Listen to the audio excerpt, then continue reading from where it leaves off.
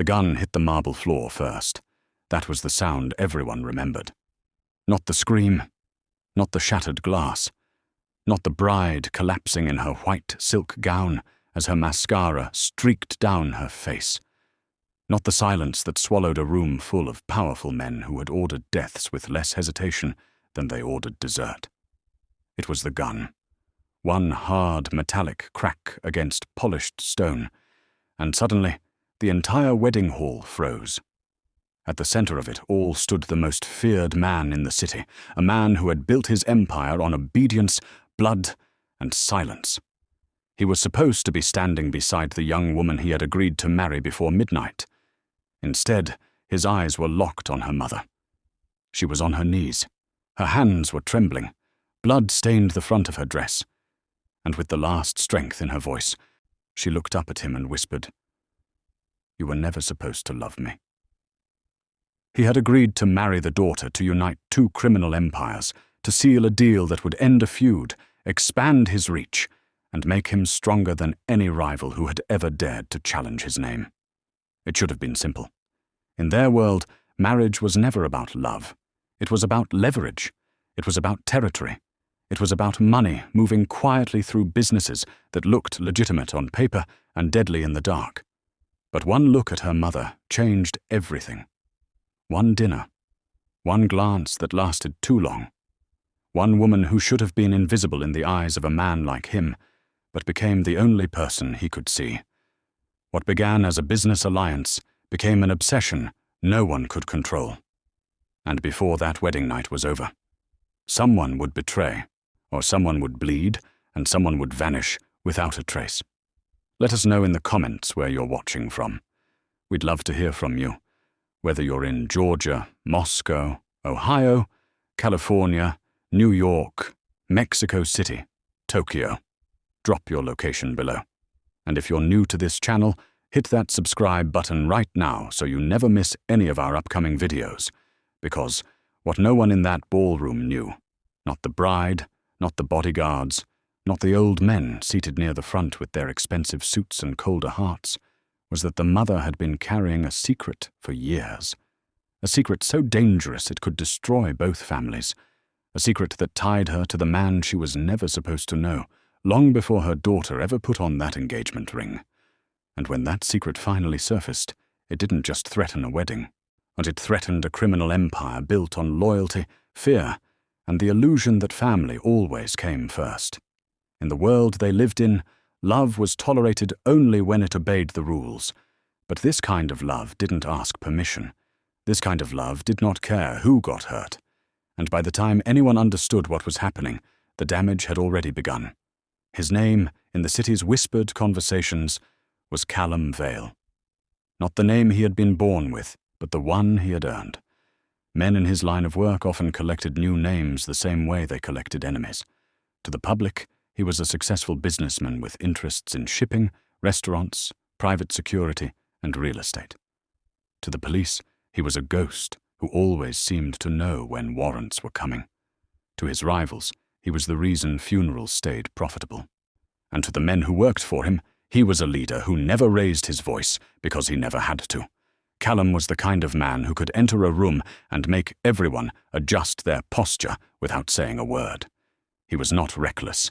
He was not loud. He was not a man ruled by impulse. He had spent years training himself to remove emotion from every decision. That discipline had made him rich. It had also made him lonely in a way no one around him dared to mention. People who met him for the first time usually noticed the same thing. It wasn't his expensive suits, or the scar near his jaw, or the calm, unreadable expression that made him impossible to forget. It was the way he looked at people as if he were measuring how much damage they could survive. That stare had ended arguments, broken negotiations, and in some cases, ended lives. But there was another truth about Callum that very few people knew. Before he became the man the city feared, he had once been a son trying to prove himself to a father who treated affection like weakness. He had once believed there might be a life beyond crime, a life where his name did not open doors because people were afraid to refuse him. That version of him died young, buried beneath the obligations of inheritance, revenge, and the brutal education that comes from learning that in his world, the people closest to you were often the ones who could hurt you the most. By the time he turned 39, Callum controlled enough money and influence to make judges nervous and politicians unusually polite. But power came with pressure. Rival crews were testing boundaries. Ports that once ran smoothly had started losing shipments. Cash routes were becoming unstable. Men who used to bow their heads were suddenly asking questions.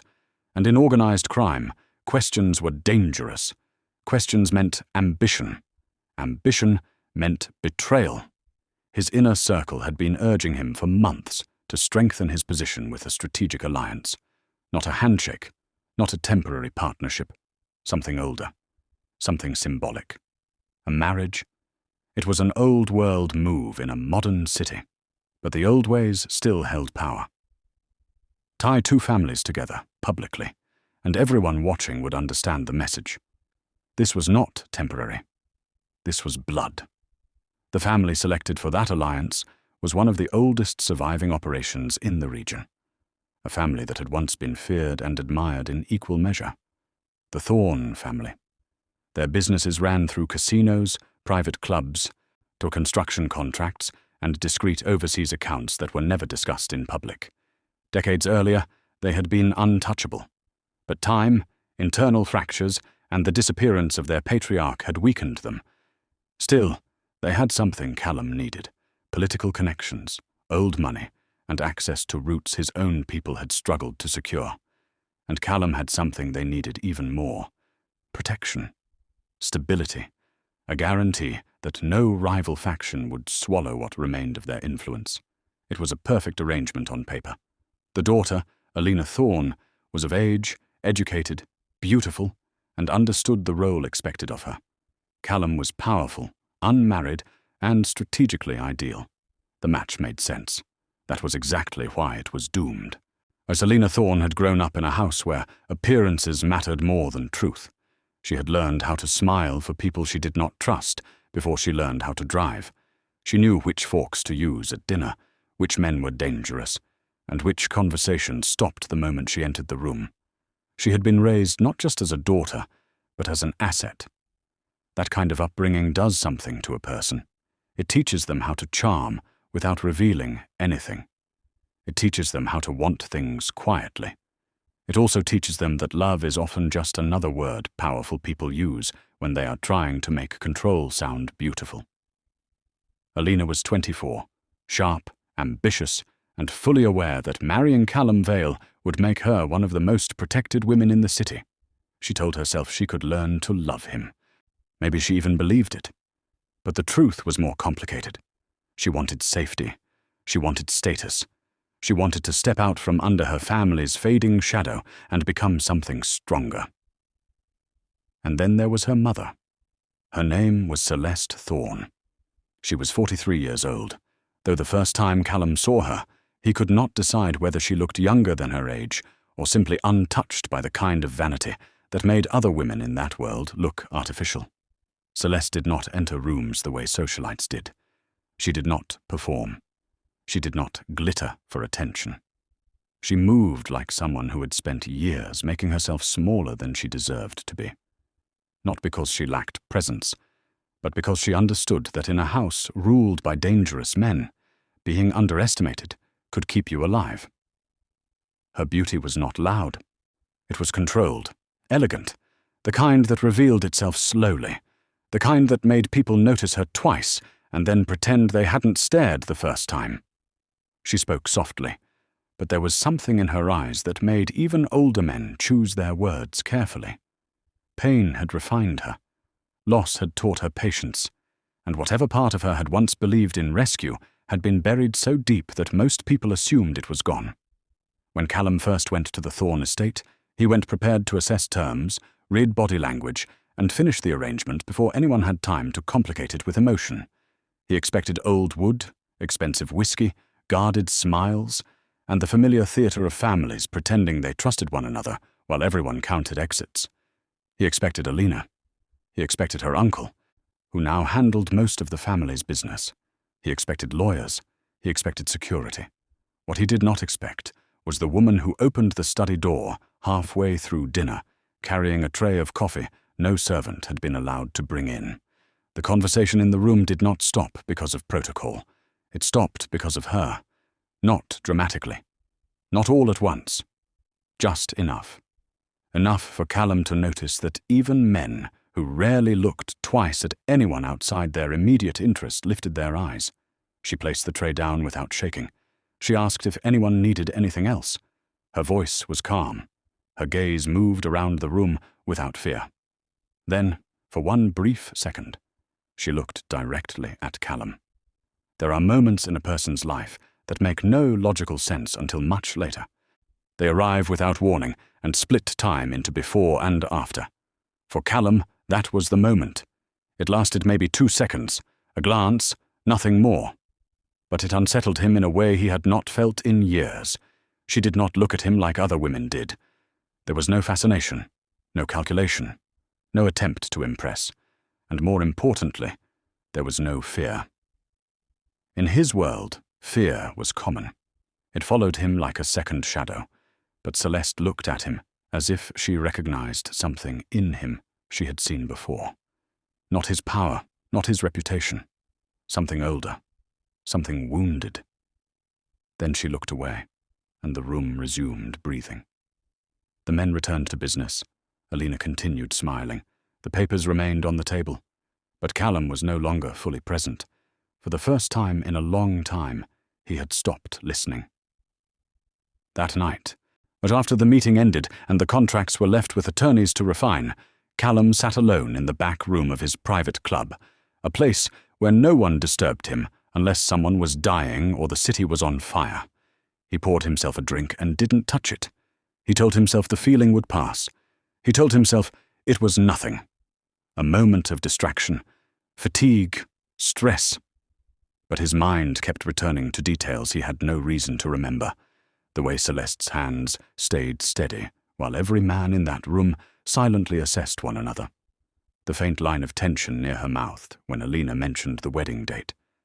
The way she seemed to hold herself apart from the rest of the family, not like an outsider, but like someone who knew too much to belong comfortably. Callum had spent years learning to identify weakness. Yet what he saw in her was not weakness. It was restraint, the kind that only comes from surviving things other people never notice. He should have let the lawyers finish the arrangement. He should have sent gifts, secured the engagement announcement, and moved on. That was what a man in his position was supposed to do. But over the next several days, he found reasons to return to the Thorn estate that even his most loyal men understood were thinner than paper. There were concerns about security logistics, questions about guest lists, issues with the venue, a matter involving a political donor, another involving the family's casino holdings. Every excuse sounded reasonable enough on the surface. Yet each visit ended the same way. He would arrive with purpose, sit through business, exchange the necessary formalities with Alina, and then somewhere in the house, in a hallway, on a terrace, in the library, or near the old piano room no one seemed to use anymore, he would find Celeste. And every time he did, the conversation that followed lasted longer than it should have. Their first real conversation happened in the library, though conversation was almost too simple a word for what it felt like. It began with politeness. He asked if she read often. She said books were quieter than people. He almost smiled. She asked if he enjoyed old houses. He said old houses made it easier to hear what people were trying not to say. That time she did smile, but only for a second. There was no flirting, no obvious game, no reckless confession. Just two adults speaking carefully, both aware of how dangerous it was that they were already enjoying it. She asked him if he ever regretted the life he'd chosen. He replied that men like him were rarely given choices that deserved the name. She looked at him then with an expression that was almost pity and almost recognition, and Callum had the unsettling feeling that if he stayed in that room much longer, he might say something true. Celeste tried to keep distance after that. She had more reasons than anyone to understand what boundaries existed in their world. She was the mother of the woman he was supposed to marry. She was a widow, at least in the eyes of society. She was already living under the pressure of a family held together by secrets and reputation. And she had spent years learning that if you wanted to survive men with power, you never gave them the wrong kind of access to your heart. But desire does not always begin with touch. Sometimes it begins with being seen. Callum didn't treat her like furniture in a room built for younger women and older men. He listened. He noticed things. He remembered what she said. He asked questions that made her uncomfortable because they were gentle instead of demanding. And for a woman who had spent much of her adult life being valued for what she represented instead of who she was, that kind of attention could be more dangerous than lust. Alina noticed the shift before anyone else did, though at first she misread it. She believed Callum's repeated visits were proof that he was becoming attached to her. She interpreted his presence as interest, his scrutiny as attraction, his silence as intensity. In truth, Callum was always courteous with her. He gave her expensive gifts.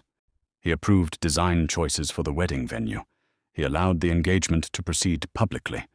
But he never leaned in close. He never touched her more than necessary. He never looked at her the way a man looks at a woman he cannot stop thinking about. Alina was too smart not to eventually feel that absence. At first she blamed his temperament. Men like Callum were not known for romance. Then she began noticing small details. He asked where her mother had found a particular vintage record in the music room. He remembered that Celeste preferred tea instead of wine. He corrected a florist because the flowers sent for the estate were not the ones Celeste once said she liked in passing. That was when suspicion first took root. In families built on control, suspicion rarely stays quiet. It grows in corners. It listens through doors. It studies glances at dinner. It measures who enters a room and who goes still when someone else follows. Alina began watching, not because she wanted proof at first, but because she wanted reassurance. She wanted to catch herself being ridiculous. She wanted to laugh later at the idea that her own fiancé could possibly be more interested in her mother than in her. But the more she watched, the less she slept. She saw Callum's expression change when Celeste entered a room. She saw the way Celeste became careful, too careful, whenever he was near. She noticed pauses in conversation that no one else seemed to hear. She noticed that her mother, who had spent years moving through life with a kind of resigned calm, had begun looking unsettled, not frightened, alive. And there was nothing Alina hated more than the possibility that something inside her mother had awakened because of the man who was supposed to belong to her. What made the situation worse was that Alina had spent her entire life being compared to Celeste, though no one ever said it openly. Guests complimented her beauty and then added, "You have your mother's eyes." Men admired her confidence and then whispered that Celeste had once been the most stunning woman in any room. Tailors, jewelers, social acquaintances, even the wives of politicians all seemed to treat Alina as a younger reflection of a woman who had already set the standard. It was a burden disguised as praise. And now, standing on the edge of a marriage that was supposed to secure her future, she began to suspect that once again the world was choosing Celeste over her. But this time it wasn't a compliment. It was humiliation. And in the world they lived in, humiliation could become more dangerous than hatred. Callum knew the line they were approaching. He was not naive.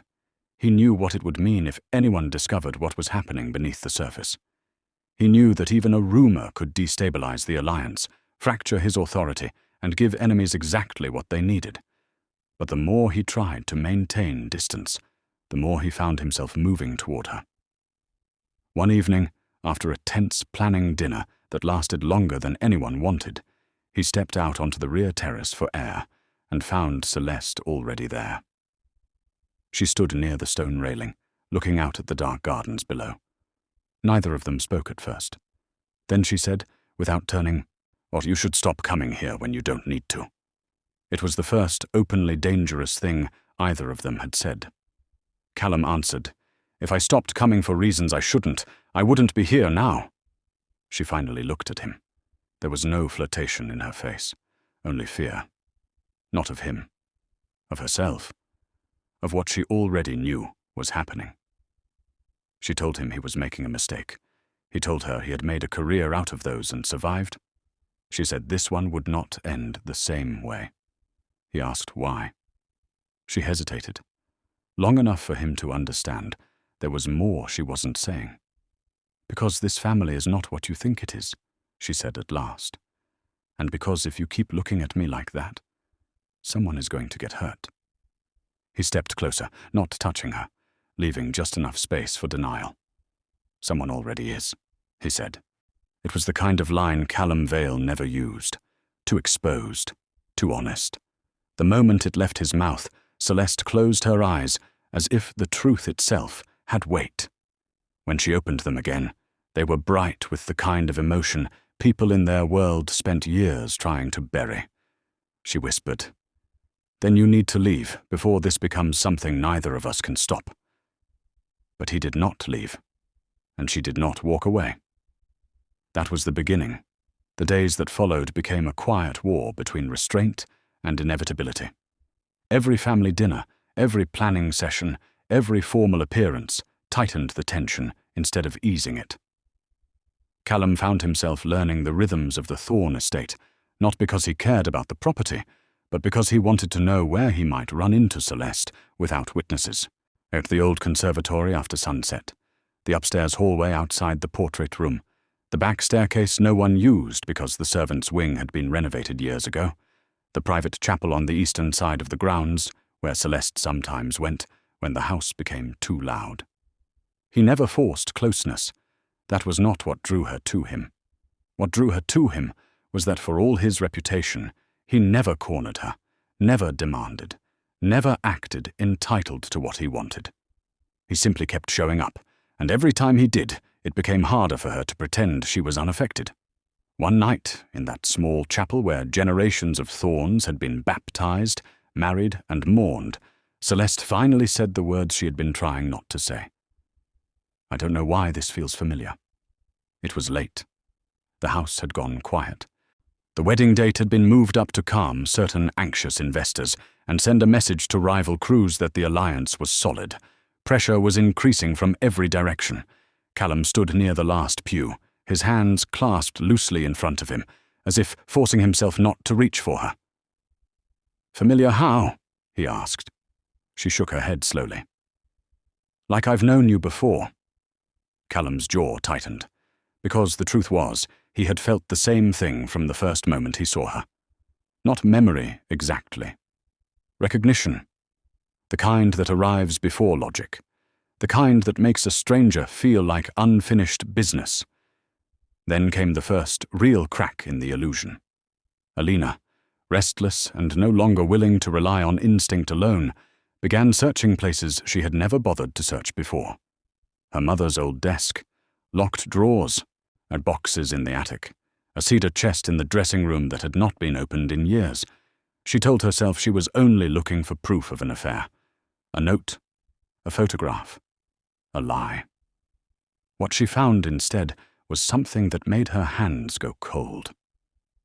Tucked inside a leather folder beneath outdated legal documents was an old photograph, worn at the edges, taken many years earlier. In it, her mother was younger, smiling in a way Alina had never seen in real life. Beside her stood a young man, whose face was partly turned, but not enough to hide who he was. Callum. Younger, leaner, less polished, but unmistakably him. The date on the back was from long before her parents' marriage began to unravel. Long before anyone claimed her father had vanished. Long before Callum Vale became untouchable. Alina stared at that photo until her vision blurred. Was at first her mind rejected it. Then it started assembling possibilities faster than she could stop it. Had they known each other? Had they been involved? Had her mother hidden this for years? Had Callum recognized her from the start? Was this entire alliance built on some old secret no one had ever told her? And if so, what did that make her? A daughter? A bride? Or simply a piece on a board being moved by people who had started their game before she was even born? In families like theirs, The worst pain often came not from what you learned, but from realizing how long everyone else had already known. Alina closed the folder with shaking hands, and for the first time since the engagement had been announced, she stopped thinking about the wedding. She started thinking about revenge. She did not confront them immediately, like smart people rarely do. Instead, she began observing with a colder eye. She watched her mother at breakfast. She watched Callum during meetings. She tested them with small remarks, references to the past, mentions of places and dates. Every time she did, one of them hesitated. Sometimes both. That was enough. She began keeping the photograph hidden in her room, taking it out late at night like evidence in a private trial. Each time she looked at it, the humiliation deepened. Her mother had not just become an obstacle, she had become a rival. And in Alina's mind, the betrayal cut deeper because it came wrapped in maternal silence.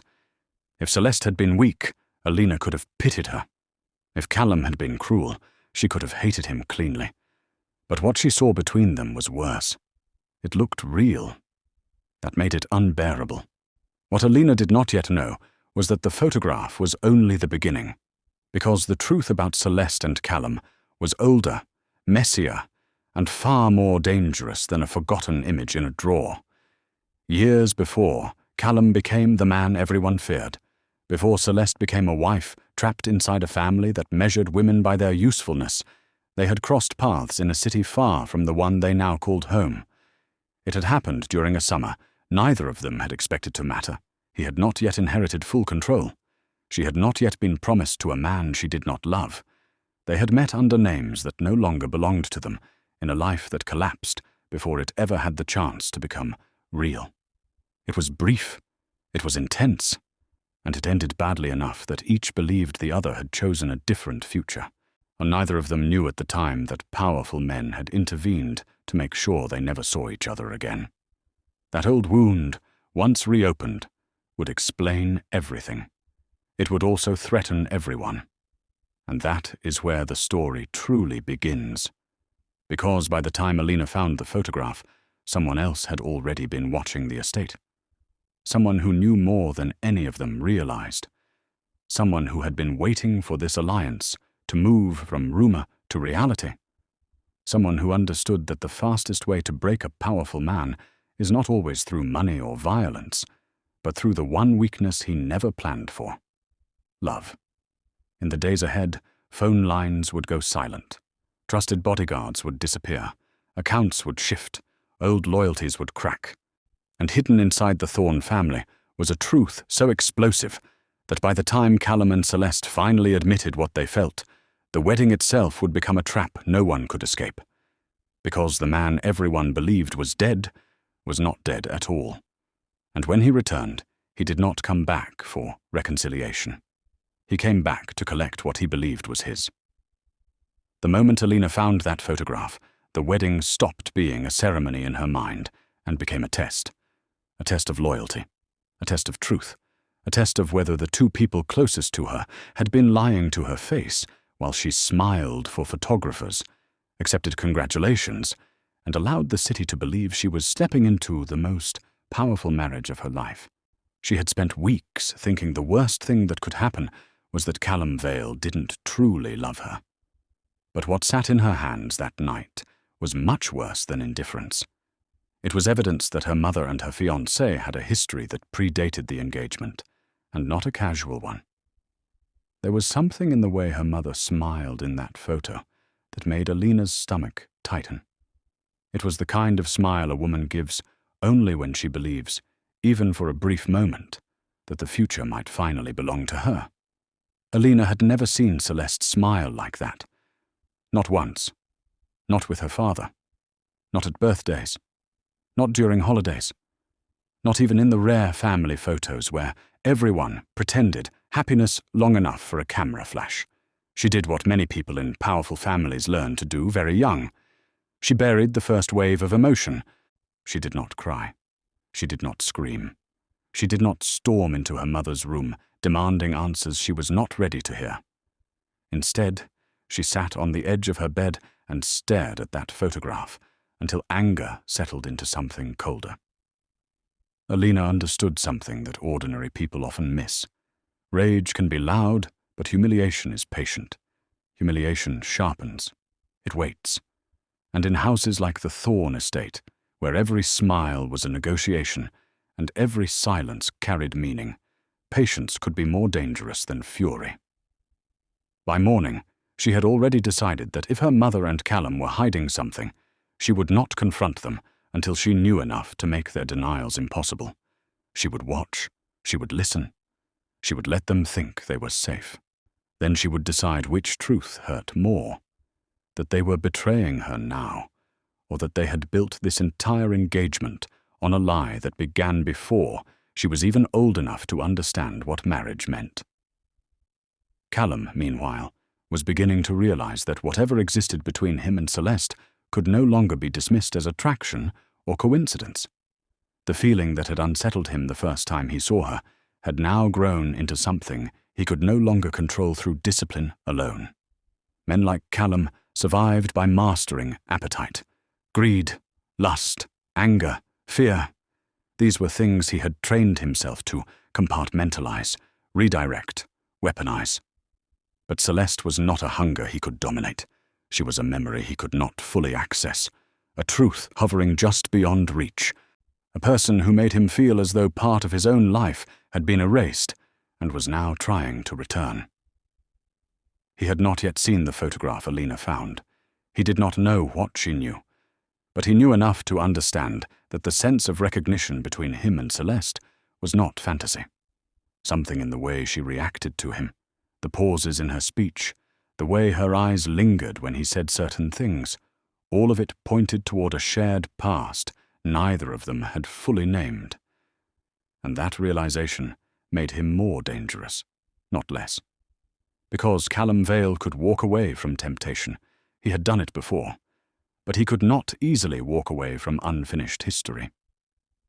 Their next conversation happened in a place both of them knew they should have avoided. The old music room on the west side of the estate had once hosted charity dinners, to holiday gatherings, and private recitals back when the Thorn family still entertained openly. Now it sat mostly unused, preserved like a memory no one had the courage to clear away. There was an old grand piano near the center, covered most days, and portraits of long-dead relatives who looked down with expressions that made every living person feel slightly judged. Celeste had gone there because it was one of the few rooms in the house where no one bothered her. Callum found her because by now, without admitting it even to himself, he had begun learning where she disappeared when the pressure of the house became too much. She was standing near the piano when he entered, one hand resting lightly on the polished wood, her face distant in a way that told him she had been thinking about something she did not want disturbed. When she turned and saw him, she did not look surprised. That was the first sign that whatever was happening between them had already gone too far. "You need to stop doing this," she said quietly. "Finding me." Callum closed the door behind him, but did not step closer. "If you wanted me not to," he said, "you would have chosen a room with witnesses." Celeste's mouth tightened. She hated that he was right. But what she hated more was that part of her had chosen that room because some buried instinct had hoped he would come. That truth was harder to bear than the attraction itself. "You think this is a game because you are used to winning," she told him. "It isn't." Callum studied her for a long moment before answering. "I don't think this is a game at all." There was no charm in his voice, no practiced confidence, but only a rough honesty that made it harder for her to hold the distance she had been trying so desperately to keep. "Then why are you here?" she asked. It was the question both of them had been circling for weeks, and when he answered, he did not hide. "Because every time I leave this house, I think about you. Every time I tell myself to end this arrangement, I think about you. And every time I look at your daughter, all I can think is that this was a mistake from the moment I saw you. There are confessions that feel like relief, and there are confessions that feel like disaster. For Celeste, this was both. The words she had feared hearing had finally been spoken aloud, and instead of ending the tension, they made it undeniable. She looked at him, as if he had just shattered something fragile and ancient in the room between them. "You can't say that," she whispered, though her voice carried less outrage than grief. "You can't even think that." Callum took one step forward. "It's too late for that." Celeste's breath caught, not because he touched her, he didn't, but because the truth of what he said had already settled inside her. She had known it. She had known it before this moment, before the library, before the terrace, perhaps even before she allowed herself to admit why his face had unsettled her so deeply. She had spent years teaching herself how to live without longing, how to survive a marriage that had been arranged around duty and silence, how to become the kind of woman who could endure without expecting tenderness. Then Callum arrived, and something in her body remembered before her mind did. That was the most frightening part, and not that she wanted him now, that some part of her had wanted him long before now and never fully stopped. When she finally spoke again, her voice had changed. It was softer, but heavier. "You think this started when you walked into this house," she said. It didn't. Callum's expression shifted, not dramatically, but enough that she saw the first real crack in his composure. "Then tell me when it started." She laughed once, though there was no joy in it. "If I tell you the truth, there may be no fixing what happens next," Callum answered without hesitation. "I'm not looking to fix it." That line would stay with her later, long after everything fell apart, because it was the moment she understood that Callum had already crossed an internal line from caution into commitment. Men like him did not make emotional declarations lightly. But if he said he was not trying to fix it, what he meant was that he was prepared to let the consequences come. Celeste should have sent him away. Instead, she turned from him, placed both hands on the edge of the piano, and began telling the story she had buried for nearly 2 decades. Years earlier, before she became Celeste Thorne, before the estate, before the diamonds, and the carefully arranged dinners, and the suffocating performance of being a respectable mob wife, she had been Celeste Marrow, younger, less guarded, still capable of believing that choices existed. Her family had not been as powerful as the Thornes, but they were connected enough to be useful. That was how she ended up spending one summer in Atlantic Harbor, a coastal city where money and crime mixed so cleanly that no one bothered pretending otherwise. It was at a charity event arranged by people who used charity mostly as camouflage, that she met a man who introduced himself as Grant Mercer. He was not yet Callum Vale, not fully. He was still moving under a cleaner name, still proving himself, still young enough to imagine that the worst parts of his future might somehow be negotiable. Celeste remembered the first thing he said to her, because it was so unlike the men around him. He didn't compliment her. He didn't ask whose daughter she was. He asked if she hated these events as much as he did. She laughed, and in that instant, something simple and human began between two people whose lives were already being shaped by forces larger than either of them understood. It did not last long, but sometimes the shortest chapters become the ones that refuse to die. They met more than once that summer, sometimes by accident, sometimes because neither of them was honest about wanting to see the other again. There were walks along the waterfront where they spoke more freely than they should have, late-night conversations in hotel hallways after public events had ended, a stolen afternoon in a bookstore cafe where Callum, then still Grant to her, told her he wanted out of the life being built around him, and Celeste confessed that she was already being pressured toward a marriage she did not want. They were not children. They understood the risk. That may have made the connection stronger, not weaker. Adults who meet in the middle of fear often form bonds faster than people who meet in comfort. For one reckless stretch of time, what they allowed themselves to imagine an escape neither of them could realistically afford. Then the world corrected them. A meeting was interrupted. A phone call never came. Celeste was taken home abruptly under the pretense of a family emergency. When she tried to reach him again, she was told he had left, chosen ambition, and moved on. When Callum tried to find her, he was told she had agreed to a marriage and wanted no further contact. Each was fed a version of the other, that made abandonment easier to believe than interference. Celeste never saw him again, not as Grant Mercer, not as the young man who had looked at her as though she were a person instead of an arrangement. Within a year, she was married to Damon Thorne, a man with charm in public and cruelty in private. Our Damon came from a family where control was inherited like property. He understood image, timing, and leverage. To outsiders, he was polished, generous, strategic, but inside the walls of their marriage, he was something else, entirely. Possessive, suspicious, capable of tenderness when it served him, then cold enough to make a woman question her own memory of ever being loved. Celeste learned quickly that Damon had not married her because he wanted a partner. He married her because her beauty elevated his standing, her family connections expanded his reach, and her temperament made her appear manageable. For years, she played the role expected of her. She hosted. She smiled. She produced a daughter. She endured. And when Damon's temper worsened behind closed doors, she did what women in her world had done for generations. She survived quietly, because survival was the only form of rebellion available to her. Callum listened to every word without interrupting. By the time Celeste reached the part about Damon, something in his face had hardened into a kind of fury she had never seen directed at her. "He hurt you," he said. It was not a question. Celeste closed her eyes briefly, as if the simplest truths were sometimes the hardest to speak. "In ways that don't leave obvious marks," she replied. That answer hit him harder than if she had shown him bruises. Because Callum knew men like Damon. He knew how often the worst damage was done, carefully, strategically, in ways that could be denied.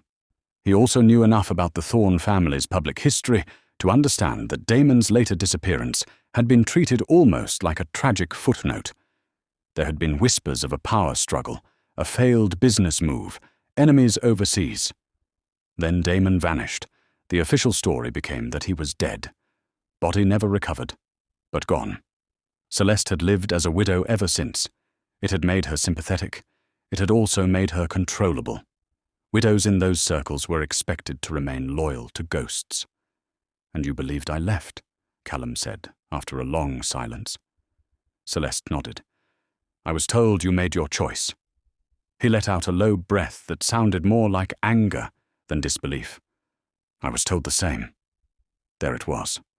The truth neither had wanted, but both had feared. They had not lost each other by accident. They had been separated, managed, redirected. In the world they came from, young people with feelings were often just liabilities waiting to complicate business. Someone, years earlier, had decided their connection was inconvenient and eliminated it with lies. That realization transformed what they had been feeling in the present. It was no longer just forbidden attraction. It was unfinished history, stolen time, a wound that had been forced closed without healing. And now, standing in the old music room with a wedding date approaching and an entire criminal alliance balanced on appearances, both of them understood that the thing growing between them was not new. It was returning. They kissed for the first time minutes later, and neither of them would ever be able to honestly say who moved first. It was not the kind of kiss built from flirtation or games. It was the kind that happens when two people have run out of excuses and the truth has nowhere left to hide. It was brief, then not brief at all. It carried grief, hunger, recognition, anger at the years stolen from them, and the unbearable relief of finding something once lost. When they pulled apart, Celeste was the one who stepped back first, breathing hard, her hand pressed to her mouth, as if she could somehow contain what had just happened. "This can't happen again," she said, even as the words trembled. Callum looked at her with the focus of a man who had just discovered the only thing in years that could make him reckless. "It already has," he replied. She hated that he was right. More than that, she hated that part of her no longer wanted him to be wrong. While the two of them were surrendering to the truth in private, Alina was already constructing her own version of what needed to happen next. She had not yet found the full history.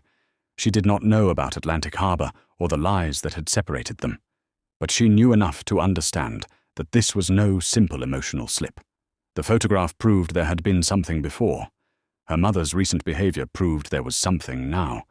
And Callum's increasing distraction proved that whatever he felt for Celeste was strong enough to threaten the alliance. Alina could have walked away. She could have exposed them publicly and forced the families to cancel the marriage before it became a scandal. But that would have made her the girl who got rejected. In her world, women were forgiven many things, but public humiliation was remembered forever. No. If this was going to collapse, it would collapse in a way that left her blameless and them destroyed. That was the plan forming quietly in her mind. Her first move was subtle.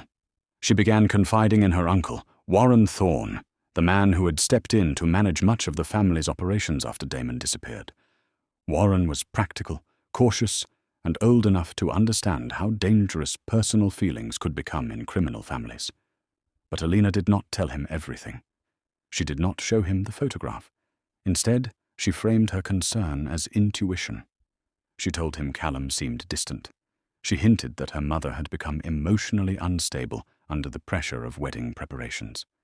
She suggested that perhaps Celeste's unresolved grief over Damon was affecting her judgment.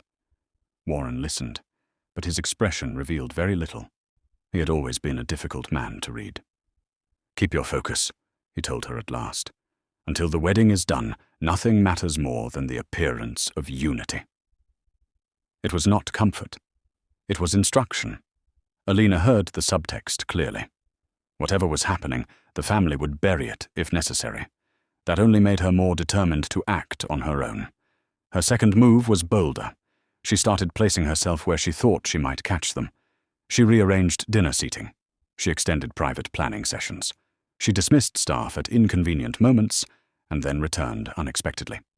She became more affectionate toward Callum in public, not because she wanted closeness, but because she wanted to see who flinched. Sometimes it worked. Sometimes it didn't. But each test deepened her certainty, and Celeste became too careful whenever Callum entered a room. Callum became too controlled whenever Alina touched his arm. Once, during a wine tasting arranged for the wedding menu, Alina deliberately asked her mother to choose between two vintages, then turned to Callum and said, "You always seem to trust her taste." It was a harmless sentence on its face, but the way the room changed told her everything. Celeste went still. Callum's gaze shifted to Alina for one precise second, and in that second, she saw it, the recognition that he knew she knew something. That look was enough to confirm it. The game had moved into the open, even if no one had admitted it aloud. Callum confronted Celeste that night after leaving the estate. He called from a secure line, something he almost never did for personal reasons. "Now she knows," he said the moment Celeste answered. There was no need to ask who he meant. Celeste's silence on the other end lasted just long enough to tell him she had sensed it too. "How much?" she asked. "Enough to test us," he replied. "Maybe not enough yet to destroy us." Celeste let out a slow breath that sounded exhausted. "Callum, if Alina feels cornered, she won't think like a daughter. She'll think like a thorn." That warning mattered. In their world, family training ran deeper than sentiment. Alina had been raised around men who treated emotion as a weakness unless it could be used as leverage. If she believed she was being humiliated, she would not merely confront. She would strategize. "Then we end this before she gets the chance," Callum said. "Cancel the wedding. I'll take the political hit." Celeste answered so quickly he knew she had already thought about it. "You can't. Not now. There's too much money tied to the announcement, too many eyes on both families, too many people waiting for a sign of weakness. If you pull out without a reason that protects everyone, it won't be a scandal. It'll be a war." Callum had known that, of course. He just hadn't wanted to hear it from her. Because the truth was, she was right. The alliance had moved beyond private negotiation. Invitations had been sent. Public commitments had been made. Rival factions were watching for cracks. If Callum cancelled now without a narrative strong enough to justify it, he would look unstable. Worse, he would look emotionally compromised. That was the one weakness his enemies would exploit without mercy. And if the Thorns believed he had humiliated Alina intentionally, they would retaliate not just with anger, but with whatever leverage they had hidden. "Then I need another solution," he said. Celeste's answer came quietly. "There may not be one that doesn't cost us." He hated that sentence because it felt true. For the first time in years, Callum found himself facing a situation where every move threatened loss. If he continued, he risked destroying both families. If he walked away, he lost her again. And unlike the first time, this time he knew exactly what he was losing. The first true sign that outside forces were moving came 3 days later.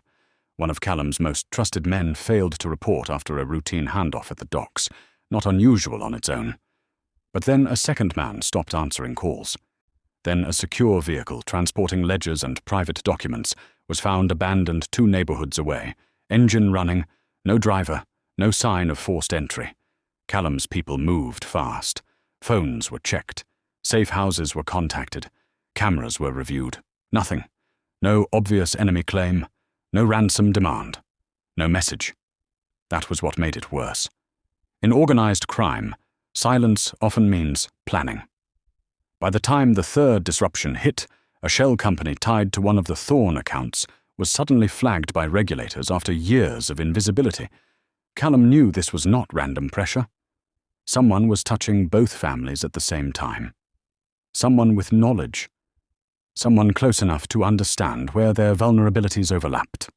He gathered his inner circle that night and asked the question every powerful man eventually has to ask when trouble arrives too cleanly. Who already knew where to strike? His lieutenant, Rowan Pike, was the first to say what Callum had already been considering. "Either we have a leak, or the Thorns are playing us." Callum did not answer immediately. Rowan had been with him long enough to understand that silence meant the thought had already crossed his mind. "The timing is too precise," Rowan continued. "Wedding pressure, public attention, shared accounts. If somebody wanted to destabilize both sides before the ceremony, this is exactly how they'd do it." Another advisor suggested rival families. Another suggested federal interference. Another suggested that one of the Thorn investors might be turning. But Callum's mind kept returning to something else. The sense that the threat was not new, that it had been waiting, watching, testing. The same instinct that had told him there was unfinished history with Celeste now told him the current danger was tied to the past, not just the present. He did not yet know how, but he was close enough to feel it. Celeste felt it too, though in a different way. Old fear has a distinct texture. It does not always announce itself with obvious danger. Sometimes it arrives as a memory in the body before the mind catches up. A sound in the hallway. A phone call with no voice on the other end. The sense of being observed in a room where no one appears to be watching. In the days after the disruptions began, Celeste found herself becoming tense in ways she hadn't felt since Damon was alive. She checked locks twice. She startled when staff entered quietly. She began sleeping less. Alina noticed, of course, but misread the cause. She assumed guilt. In truth, Celeste was responding to something older and more primal. For years after Damon disappeared, she had lived in a strange, emotional prison. Publicly, she was a widow. Privately, she was never certain. Damon had vanished during a violent internal dispute, yes. There were witnesses who swore he had fled. There were rumors of execution. There were whispers that he had been betrayed by his own allies. But no body was ever found. In her world, that mattered. Men with Damon's kind of ambition did not always die cleanly. Some returned, and the women they left behind learned never to fully relax. She had never told Callum the full extent of her fear, because saying it aloud would have made it real. But after the missing men, the abandoned car, and the financial pressure on both families, something inside her shifted from anxiety to certainty. One evening, while the house was crowded with planners, caterers, tailors, and relatives moving through rooms full of forced celebration, Celeste stepped into the pantry just to be alone for a minute. There, taped beneath a shelf, where only someone who knew the house well would think to hide it, she found a folded piece of paper. No signature. No fingerprints. Just 6 words, written in a hand she recognized instantly, because she had once spent years learning how to predict the violence in the pressure of those letters. I always come back for what's mine. Celeste dropped the note. For a second, the room tilted. Her knees nearly gave out, and she had to grip the counter to stay standing. It was not just fear that hit her. It was memory. Damon at the dining table, smiling too calmly before saying something cruel. Damon placing a hand on the back of her neck, as if affectionate, when really it was a warning. Damon insisting that nothing in his house moved without his permission. Damon telling her once, years earlier, after catching her reading an old letter she thought she had hidden, "You can pretend your heart belongs elsewhere, but your life belongs to me." She had buried that memory so deep, she almost believed it was gone. Now it returned all at once. Damon was alive, or someone wanted her to believe he was, and either possibility was catastrophic. She called Callum from a secure bathroom line less than 5 minutes later. Her voice was so tight, he knew before she said anything that this was no ordinary update. "He's alive," she said. There was no preamble, no explanation, just those 3 words. Callum stood from his desk so quickly, the chair behind him tipped over. "What happened?" She told him about the note, the handwriting, the exact placement. When she finished, there was silence on his end, but not the uncertain kind. It was the silence of a man already adjusting the board in his mind. "Listen to me carefully," he said. "You do not tell anyone else. Not Warren. Not staff. Not Alina. No one. You leave that room, you act normal, and you do not go anywhere in that house alone again." Celeste let out a shaking breath. "If he's really back, Callum, then this marriage was never an alliance. It was bait." He did not correct her, because he had just reached the same conclusion. If Damon Thorne was alive, then the wedding was not a ceremony. It was a trap designed to draw powerful people into one place, under one roof, where loyalties could be tested, assets could be exposed, and emotional weaknesses could be weaponized. Callum's next move was immediate and ruthless. He sent Rowan to pull old intelligence files on Damon. He ordered every surviving contact tied to Damon's last known operations to be rechecked. He had offshore accounts flagged, dormant businesses reviewed, and old allies of the Thorne family quietly pressured.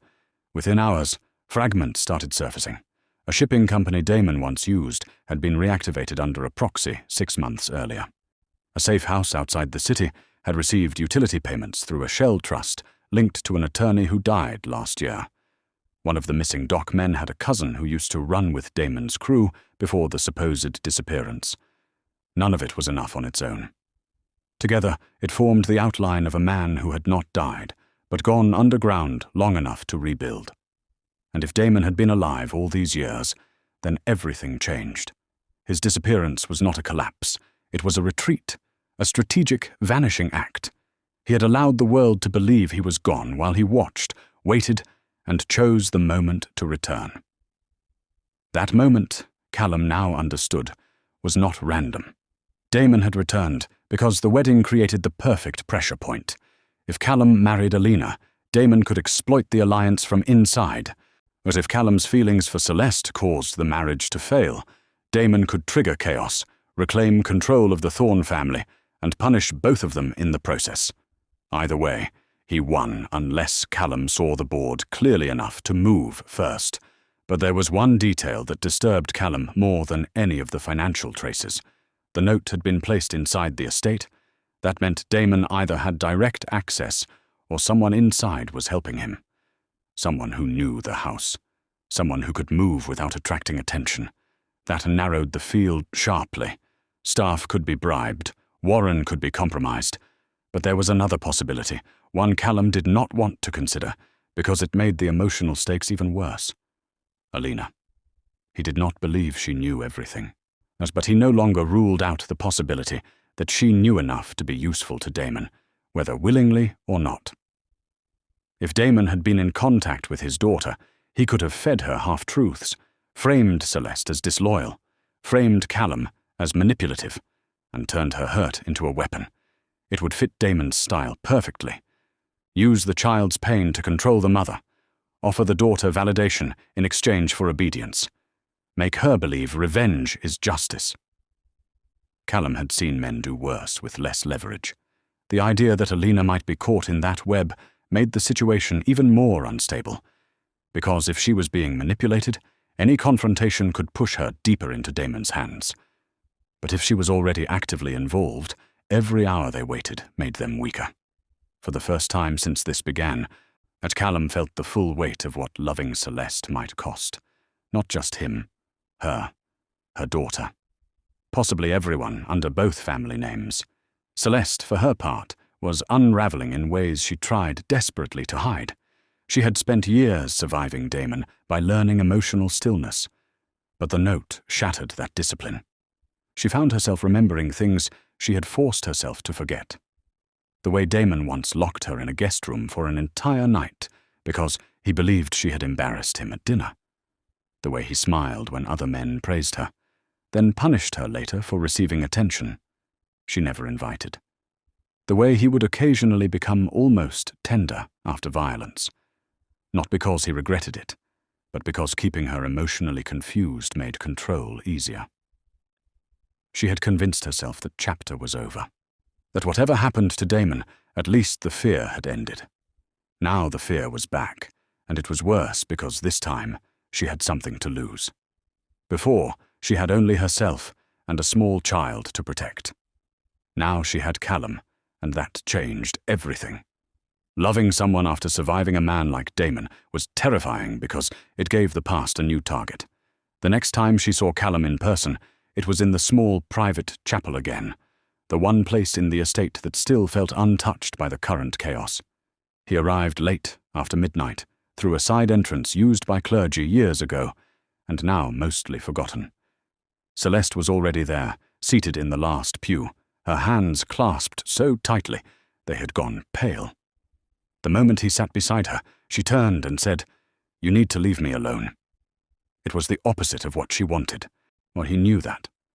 She knew he knew it. "No," he said. "If Damon is alive, then staying away from you is exactly what he wants." Her eyes filled, but she did not let the tears fall. "If Damon is alive, then anyone close to me becomes a target." Callum held her gaze. "Then let him target me." She gave a broken laugh that carried more pain than humor. "You say that like you haven't been his target since the day he found out I once loved someone else." That sentence changed the air between them. Callum went still. "He knew." Celeste nodded slowly. "Not at first, but eventually. Yes. He never knew your real name, only that there had been someone before him, and he hated the idea of a man he couldn't identify more than any real rival he could kill. There it was, another piece sliding into place. Damon's obsession with control, what the lies that separated them years ago, the timing of the alliance, the current sabotage. It was all connected. This was not just a power move, it was personal. Damon had not merely returned to reclaim business, he had returned to settle a score that began before Callum and Celeste ever knew how costly their connection would become. "Then he's been planning this for years," Callum said. "Or waiting for the right opportunity," Celeste replied. "And now he has one." Callum looked toward the altar for a moment, not because he was praying, but because he was forcing himself to think beyond emotion. Then he turned back to her and spoke with a level of clarity that made the next moment feel almost inevitable. "The wedding cannot happen." Celeste's breath caught. "If you stop it now, he'll move sooner." "Then let him," Callum said. "But I'd rather fight a war I can see than walk you into a ceremony built by a man who wants us trapped under one roof." Celeste stared at him, and in that silence, she understood something she had been afraid to fully trust. He was no longer balancing strategy against feeling. He had chosen. Not recklessly, not theatrically, but completely. And that was exactly when the final pressure began. The next morning, An envelope arrived at Callum's private office with no return address and no detectable prints. Inside was a single photograph. It had been taken recently, from a distance, with a long lens. It showed Callum and Celeste standing in the chapel. Too close, too intimate, the kind of image that did not require a kiss to prove what it suggested. On the back, typed in clean black letters, were 7 words. If the wedding stops, or the daughter pays first. There was no signature. None was needed. Callum stared at the photo long enough for the room to go silent around him. Rowan, standing nearby, asked, "What is it?" Callum handed him the picture without speaking. Rowan looked once and swore under his breath. "So it's real," he said quietly. Callum's answer came like stone. It always was. Then he looked at the message again, and for the first time since this began, he understood the full cruelty of Damon's design. This was not simply blackmail, it was a moral trap. Damon had built a situation where every path required sacrifice. Cancel the wedding, and Alina might die. Continue the wedding, and everyone would be walking into a kill box designed by a man who knew their emotional fault lines better than most enemies ever could. Callum could handle threats against himself. He had built a life around them. But a threat against Alina complicated everything, because whatever else she had done, however much she may have suspected, or even manipulated, she was still Celeste's daughter. And that meant she mattered. It also meant Damon understood exactly which pressure point would force hesitation.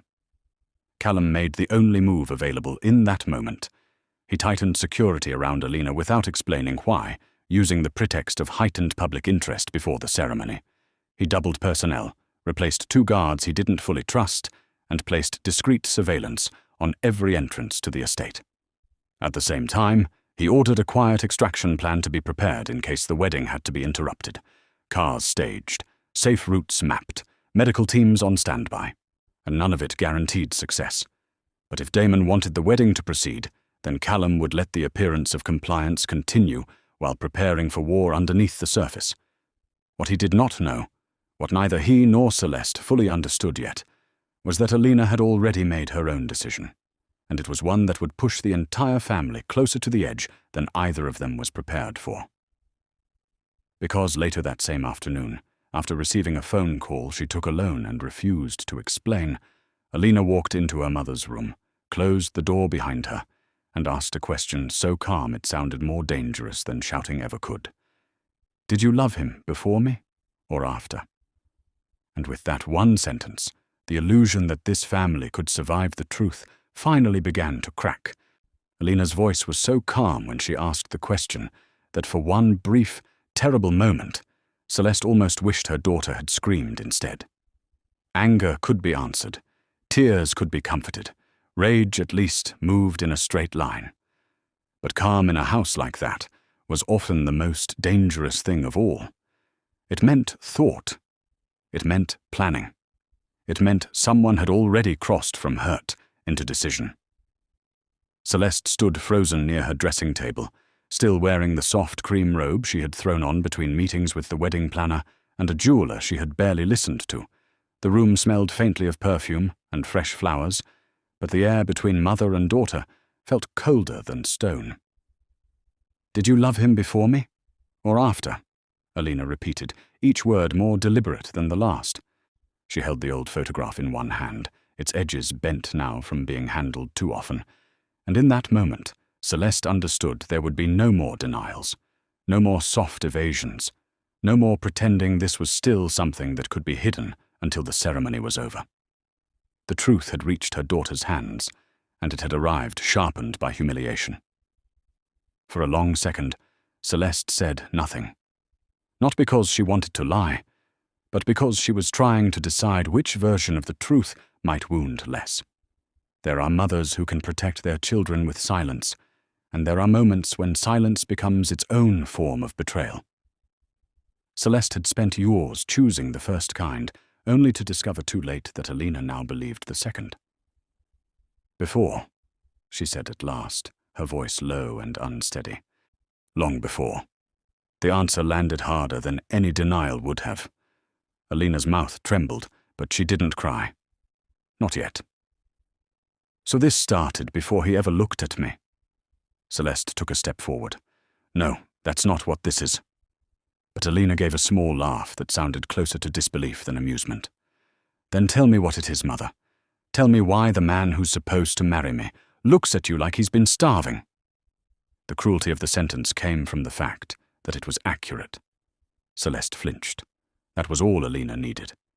I knew it, she whispered, and for the first time, her calm cracked. I knew it, and you still stood there while they measured my dress and toasted my future and handed me a ring like I was supposed to be grateful. Celeste crossed the room then, closing the distance with the instinct of a mother who still believed touch could fix what words had broken. Alina, listen to me. This was never supposed to happen. I never wanted this for you. That was the wrong sentence. The moment it left her mouth, she saw it in her daughter's face. In Alina's mind, it translated instantly into something far uglier. Never wanted this for you. As if the engagement had always been something her mother looked down on.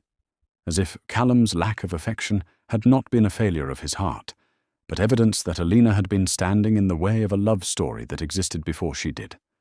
Of course you didn't, Alina said, her voice now trembling with fury. Because in the end, it always comes back to you. Celeste shook her head quickly. No. Alina, please. What, you don't understand. But Alina was already past listening. My whole life, she said, I have been compared to you. Your face, your grace, your beauty, your sadness. Every room I've ever walked into. Someone found a way to remind me I was standing in your shadow. And now the one thing that was supposed to be mine, the one thing that was finally supposed to make me matter, you took that too. The accusation hit Celeste with a force that had nothing to do with volume. It was not merely anger. It was years of buried resentment, finally given language. In that instant, Celeste understood that what stood before her was not simply a jealous daughter reacting to a painful discovery. This was a young woman, carrying the accumulated weight of a lifetime, spent feeling secondary to a mother she loved, admired, envied, and resented all at once. And that kind of emotional contradiction can become combustible when the wrong person lights the match. And Damon Thorne, if he was truly back, had always known how to strike where pain was already waiting. Alina, Celeste said carefully, if you think this is about choosing between us, then someone has lied to you. The words came out before she could stop them. She knew immediately they were too pointed. Alina's eyes narrowed. Someone, she repeated. You mean him? Or do you mean father? There it was. Not an assumption. A reveal. The moment the name entered the room, Celeste felt the floor drop beneath her. Alina saw the recognition in her mother's face and smiled, but there was nothing youthful or soft in it. So you know, she said quietly. Good. Then we can stop pretending. Celeste's pulse turned erratic. Oh, Alina, how long? The question barely made it out. Alina lifted her chin in a way so eerily reminiscent of Damon that for a second, Celeste felt physically ill. Long enough to know that everyone in this house lies better than they love. Celeste stepped back, not from fear of her daughter, but from the terrifying realization that Damon had reached her. What did he tell you? She asked. Alina's answer came with bitter precision. He told me he never died. He told me he had to disappear because the family was being torn apart from the inside. He told me Uncle Warren wanted control, that enemies were closing in, and that the only way to survive was to vanish until he could rebuild. He told me you let the world believe he was dead, because it made your life easier. He told me you were waiting for a chance to replace him. Celeste stared at her daughter, as if she were hearing a stranger speak. That is not true. But Alina kept going, because once a person has rehearsed a pain enough times in private, they no longer need permission to deliver it. He told me you never loved him, that you always kept part of yourself for another man, that when Callum came into this house, you saw your chance to finally finish what you started years ago. It was almost too much to process at once. Damon had not just returned. He had rewritten the family's history and fed it to their daughter piece by piece, choosing details carefully enough to make the lies feel like answers to wounds Alina already carried. That was Damon's gift. He never invented pain where none existed. He found the pain that was already there and arranged it until it pointed exactly where he wanted. Celeste could have defended herself point by point. She could have explained the abuse, the threats, the manipulations, the way Damon had used fear as a form of architecture around their entire marriage. But she saw it instantly in Alina's face. Facts would not reach her now. Damon had not simply lied to her. He had made her feel chosen. For a daughter who had spent her life believing she was second in every room, that kind of attention from a missing father could feel like salvation. "He is using you," Celeste said, the desperation finally entering her voice. "Everything he says, every word, every promise, he is using you." Alina's eyes flashed. "And what is Callum doing? Loving me? Protecting me? Is that what you call it?" Celeste swallowed hard. There was no answer that would not wound, and Alina knew it. The door opened before either of them could say more. Callum stepped in without waiting for permission, and the moment he saw the photograph in Alina's hand and the look on Celeste's face, he understood exactly what had happened. He shut the door behind him and stood still, measuring the room in one sweep. Alina turned toward him slowly, almost gracefully, and for one sharp second, the silence between all three of them felt more dangerous than shouting. "Perfect timing," she said. "Now I don't have to repeat myself." Callum did not look at the photograph. He looked at her. "How long have you been speaking to him?" It was the directness of the question that shocked Celeste more than anything. No soft approach, and no attempt to ease her. Callum had already decided the truth mattered more than comfort. Alina's expression changed, not into surprise, but into something like admiration. "So you figured it out?" Callum's voice remained level. "Answer the question." Alina tilted her head slightly.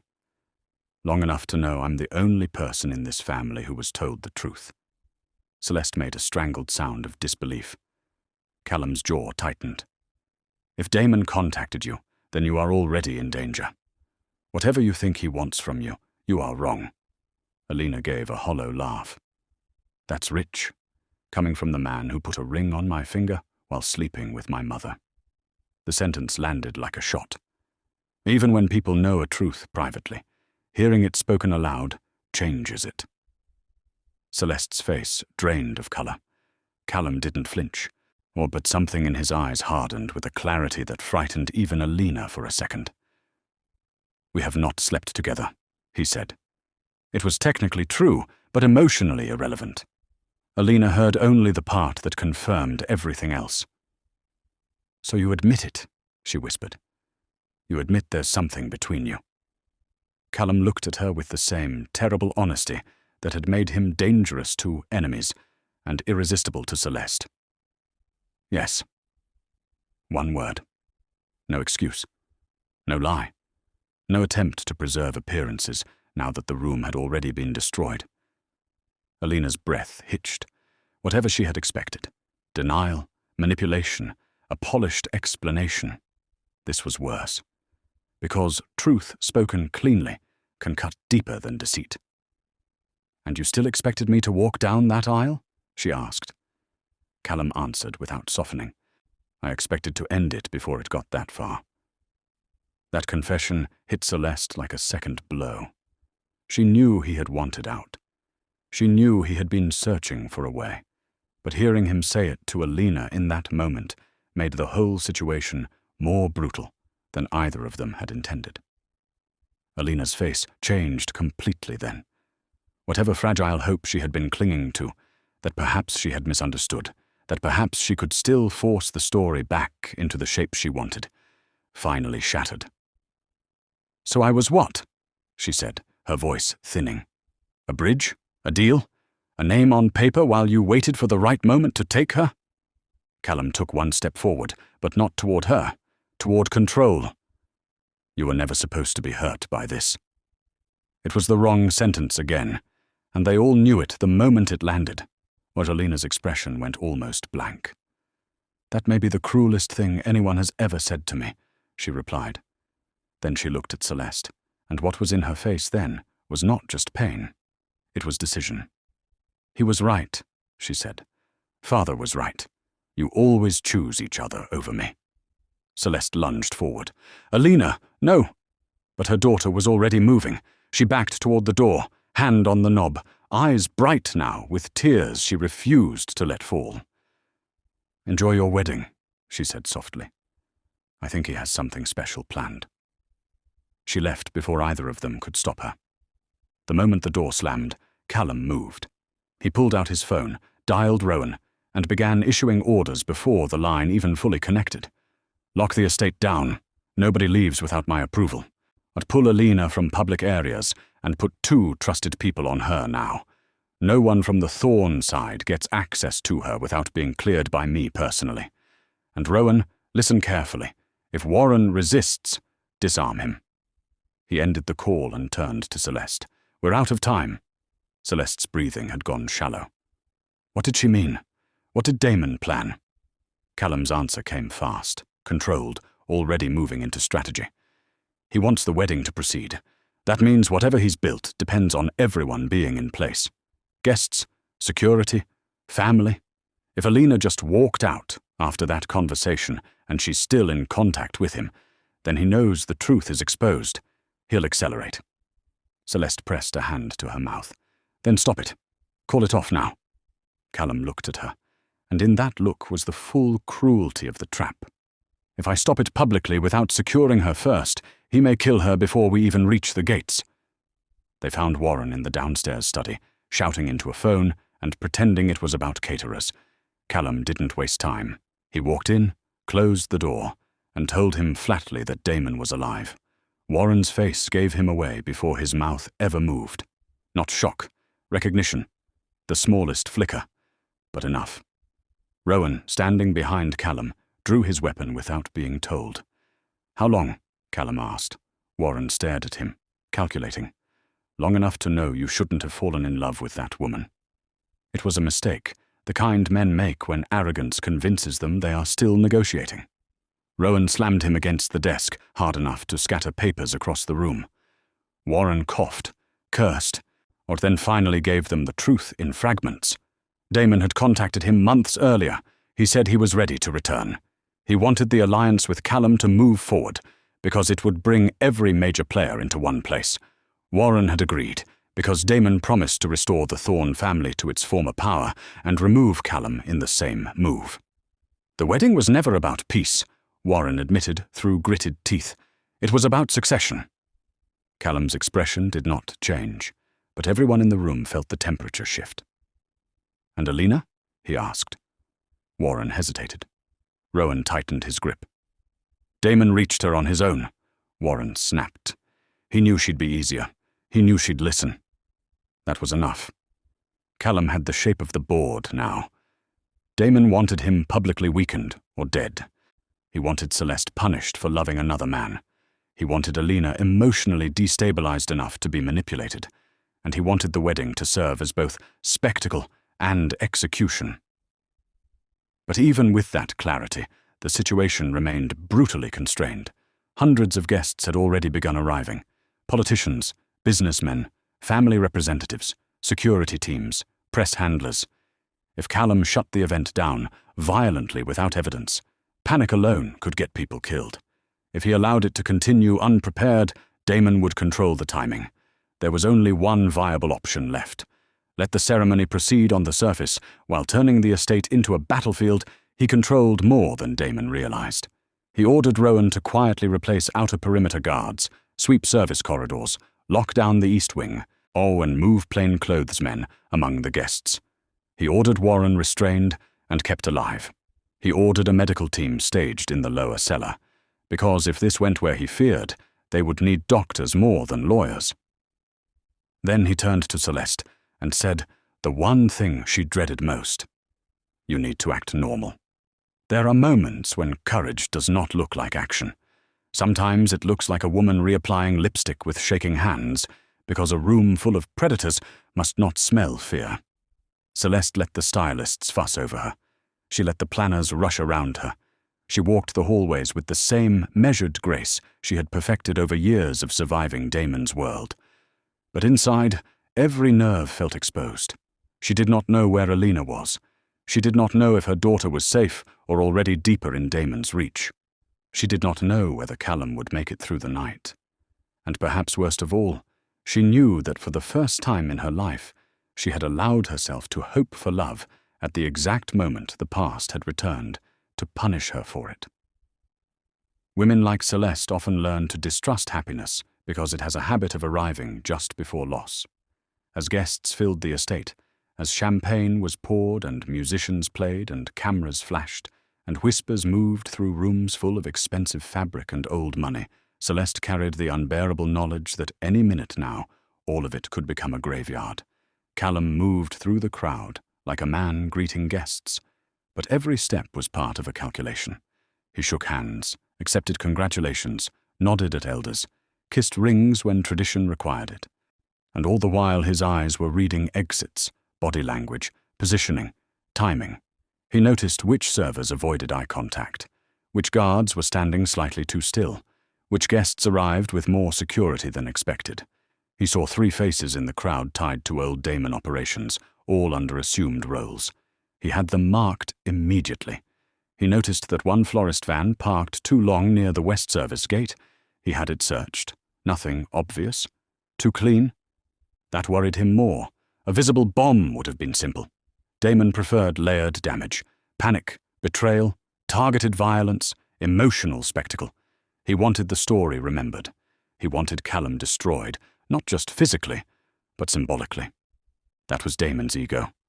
If he was going to take the city back, he wanted everyone to watch the most feared man in the region lose control in front of both families. Then Alina appeared at the top of the staircase in her wedding gown, and for one suspended second, everything in the room seemed to stop. She looked radiant in the cruel way tragedy often does when it dresses itself as beauty. White silk, diamond earrings, hair swept back from a face that revealed nothing. She descended slowly, one hand on the banister, eyes forward, not searching for her mother, not searching for Callum, not searching for anyone. If she had been crying, there was no sign of it now. She had composed herself with terrifying efficiency. Guests smiled. Phones rose discreetly. People whispered about how stunning she looked. But Callum saw the detail no one else did. Her left hand was clenched just slightly too tight around the bouquet, enough to whiten the knuckles. Control, fury contained, or fear. Maybe all 3. Celeste, standing near the front, felt something close to collapse at the sight of her daughter. For one brief, aching instant, the child inside the woman returned. She remembered teaching Alina to walk in heels, brushing her hair before school, holding her after nightmares, watching her sleep in a house where danger always lingered just outside the nursery door. That memory nearly broke her. Because whatever had happened between them, whatever lies Damon had fed, whatever rage Alina carried, Celeste still saw her daughter before she saw the bride. The ceremony began, and for the first 2 minutes, Damon let it. That was the genius of men like him. They understood anticipation, or they knew terror deepens when it delays. The officiant spoke. Guests bowed their heads. Callum stood at the front in a black suit, tailored so perfectly it looked like armor. Alina reached his side. For a heartbeat, their eyes met. Hers were unreadable. His were controlled, but not cold. If there was one thing Callum had decided, it was this. Whatever happened next, Alina would not die because of his love for her mother. He would not let Damon turn the daughter into punishment. The officiant continued. Vows were referenced. The air inside the ballroom tightened as if the room itself were holding its breath. Then, just as the officiant asked whether there was any reason this union should not proceed, the lights went out. Not all at once, in sections. First the chandeliers dimmed, then the side sconces failed, then the music cut. Like someone gasped, someone laughed nervously, assuming technical failure. Then a gunshot cracked from the upper gallery. The scream came immediately after. Chaos in wealthy rooms has its own rhythm.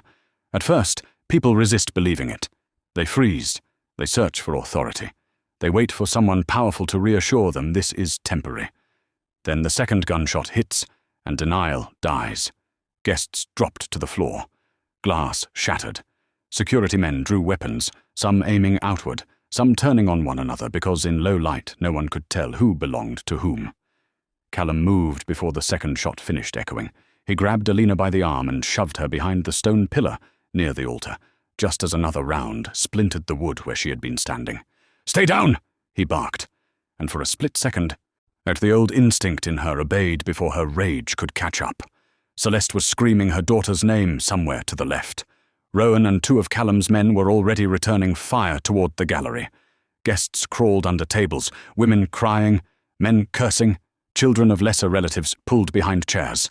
The ballroom transformed in seconds from celebration to kill zone.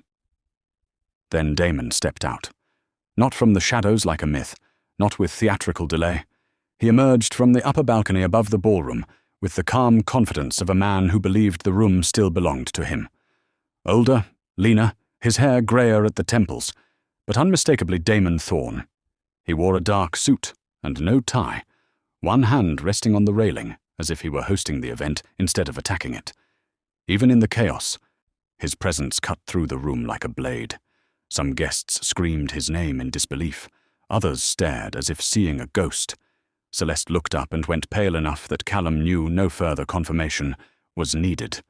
Damon smiled down at the crowd, and when he spoke, his voice carried with awful clarity. "I leave for a few years," he said, "and everyone gets so comfortable." Another shot rang out, this one from one of Damon's men in the side corridor, and the crowd panicked harder. Damon didn't even flinch. "Stand down!" he called, not to his enemies, but to his own people. "No one fires unless I say." That order alone revealed the depth of infiltration. He had men positioned everywhere. Callum's first instinct was simple: kill Damon. But strategy held him a fraction longer. Damon had come into view too easily, too openly, which meant either he wanted to be seen or he believed Callum could not reach him fast enough without exposing someone else. Then Callum saw it. To Damon's right, partially concealed behind the balcony arch, stood Alina's maid of honor, wrists bound, mouth bloodied. Another hostage. And farther back, one of Callum's missing dock men, clearly beaten, on his knees. Damon had staged the room not just for violence, but for emotional leverage. "You should have married the girl," Damon called down, his gaze landing on Callum with cold amusement. "Would have saved everyone a lot of trouble." Callum stepped into partial view, weapon low but ready. "Come down here and say it." Damon smiled wider. "Still proud, still stupid. You were always a better weapon than a thinker." It was bait. Damon wanted Callum angry, visible, moving. "But you faked your death," Callum said instead, loud enough for the room to hear. "And now you walk back in here, shooting at your own daughter's wedding." Damon's expression didn't change. "My daughter was about to be humiliated by a man who wanted her mother. I'd call this an intervention. It was cruel, it was twisted, and because there was truth inside it, it landed in the room like poison." Guests turned. Whispers moved even in the middle of terror. Celeste felt every eye. Alina, crouched behind the pillar, heard every word and squeezed her bouquet so hard the stems snapped inside her hand. Damon continued because humiliation was part of the design. "Imagine my disappointment," he said, looking toward Celeste now. "When I discover that after all these years, the one man you couldn't forget walks right back into my house. And imagine my daughter's disappointment when she learns her fiancé was only there for her mother." Celeste stood then, against every instinct screaming at her to stay down. "Stop it!" she shouted, voice cracking. "This is between you and me." Damon laughed softly. "No, Celeste, it never was. You always think pain can be contained. It spreads, that's what makes it useful." Then he said the thing that changed everything. "Alina," Damon called, his tone shifting into something almost tender. "Come here." The room held its breath. Callum turned instantly toward the pillar where he had hidden her. "Don't move," he said sharply. But Alina was already rising. slowly, as if in a trance, or as if the moment she had been emotionally preparing for had finally arrived. Celeste's face broke. "Alina, please." Damon extended one hand from the balcony, like a father calling a child across a street. "Come to me." Callum grabbed Alina's wrist before she could step fully out. "If you go to him, you're dead," he said, in a voice only she could hear. Alina looked at him, and what he saw in her eyes then was devastating. Not trust, not love, not even pure hate, conflict. She wanted to believe her father. She wanted to hurt Callum. She wanted to punish her mother. But somewhere underneath all of it, fear had finally started to seep in. "He said he'd make you tell the truth," she whispered. "He said if I stayed calm, nobody would get hurt." Callum's expression darkened with the certainty of a man who had just heard exactly how Damon had manipulated her. "He lied." Alina's chin trembled. "So did you." That was when Damon gave the order. Shots erupted from the side balconies, this time not warning shots, real fire. Callum shoved Alina back down just as the pillar beside them exploded in stone dust. Rowan's men returned fire from the rear columns. Guests screamed and scattered harder. Someone near the front went down. Another bodyguard collapsed by the aisle. The ballroom became a maze of bodies, overturned chairs, gunfire, and splintered wood. Damon vanished from the railing as soon as the shooting started, retreating into the upper corridor where he knew he had the advantage. Callum made a choice in less than a second. He pointed at Rowan. "Get them out!" Then to Alina and Celeste. "Stay together!" It was a desperate instruction, and they all knew it. Then he ran toward the side stairwell with 2 men behind him, moving to cut Damon off before he could disappear deeper into the estate. For the first time all night, Alina and Celeste were forced into the same small pocket of survival. Crouched behind a shattered column, smoke drifting through the room, guests sobbing around them, both women looked at each other without the luxury of pretense. "He lied to you," Celeste said, her voice shaking. "Everything he says is a lie." Alina's face was streaked now, not with makeup, but with tears she could no longer stop. "Then why did you let me believe this was real?" she shot back. "Why did you let me stand there and dream about a life that was never mine?" The question cut deeper because it was fair.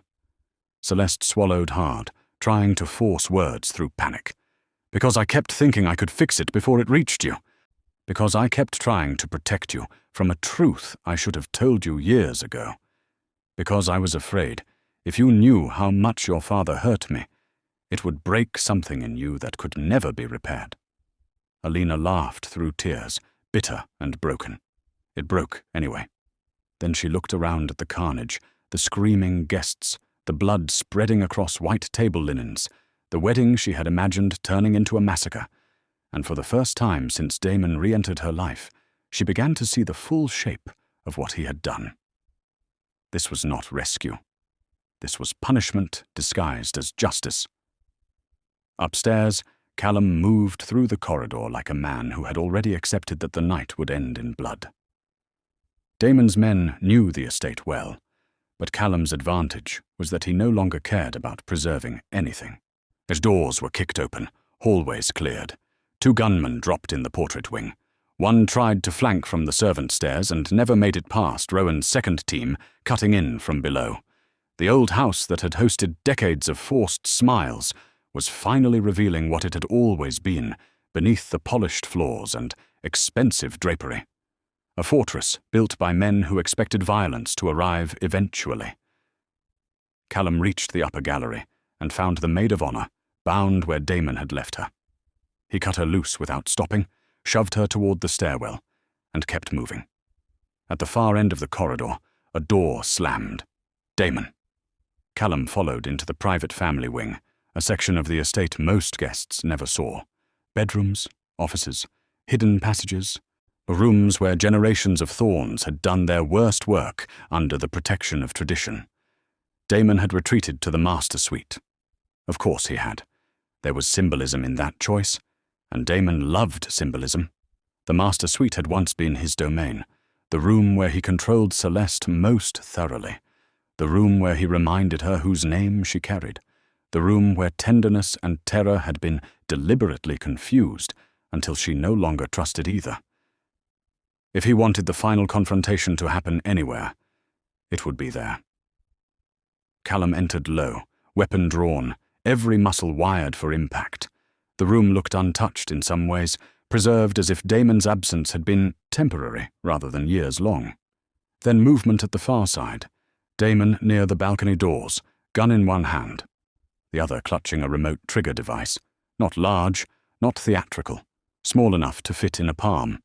That detail changed the stakes instantly. "Careful," Damon said, smiling like a man hosting an unpleasant reunion. "You shoot me too fast and the lower cellar turns into a tomb." Callum stopped, not because he believed Damon completely, but because he had to.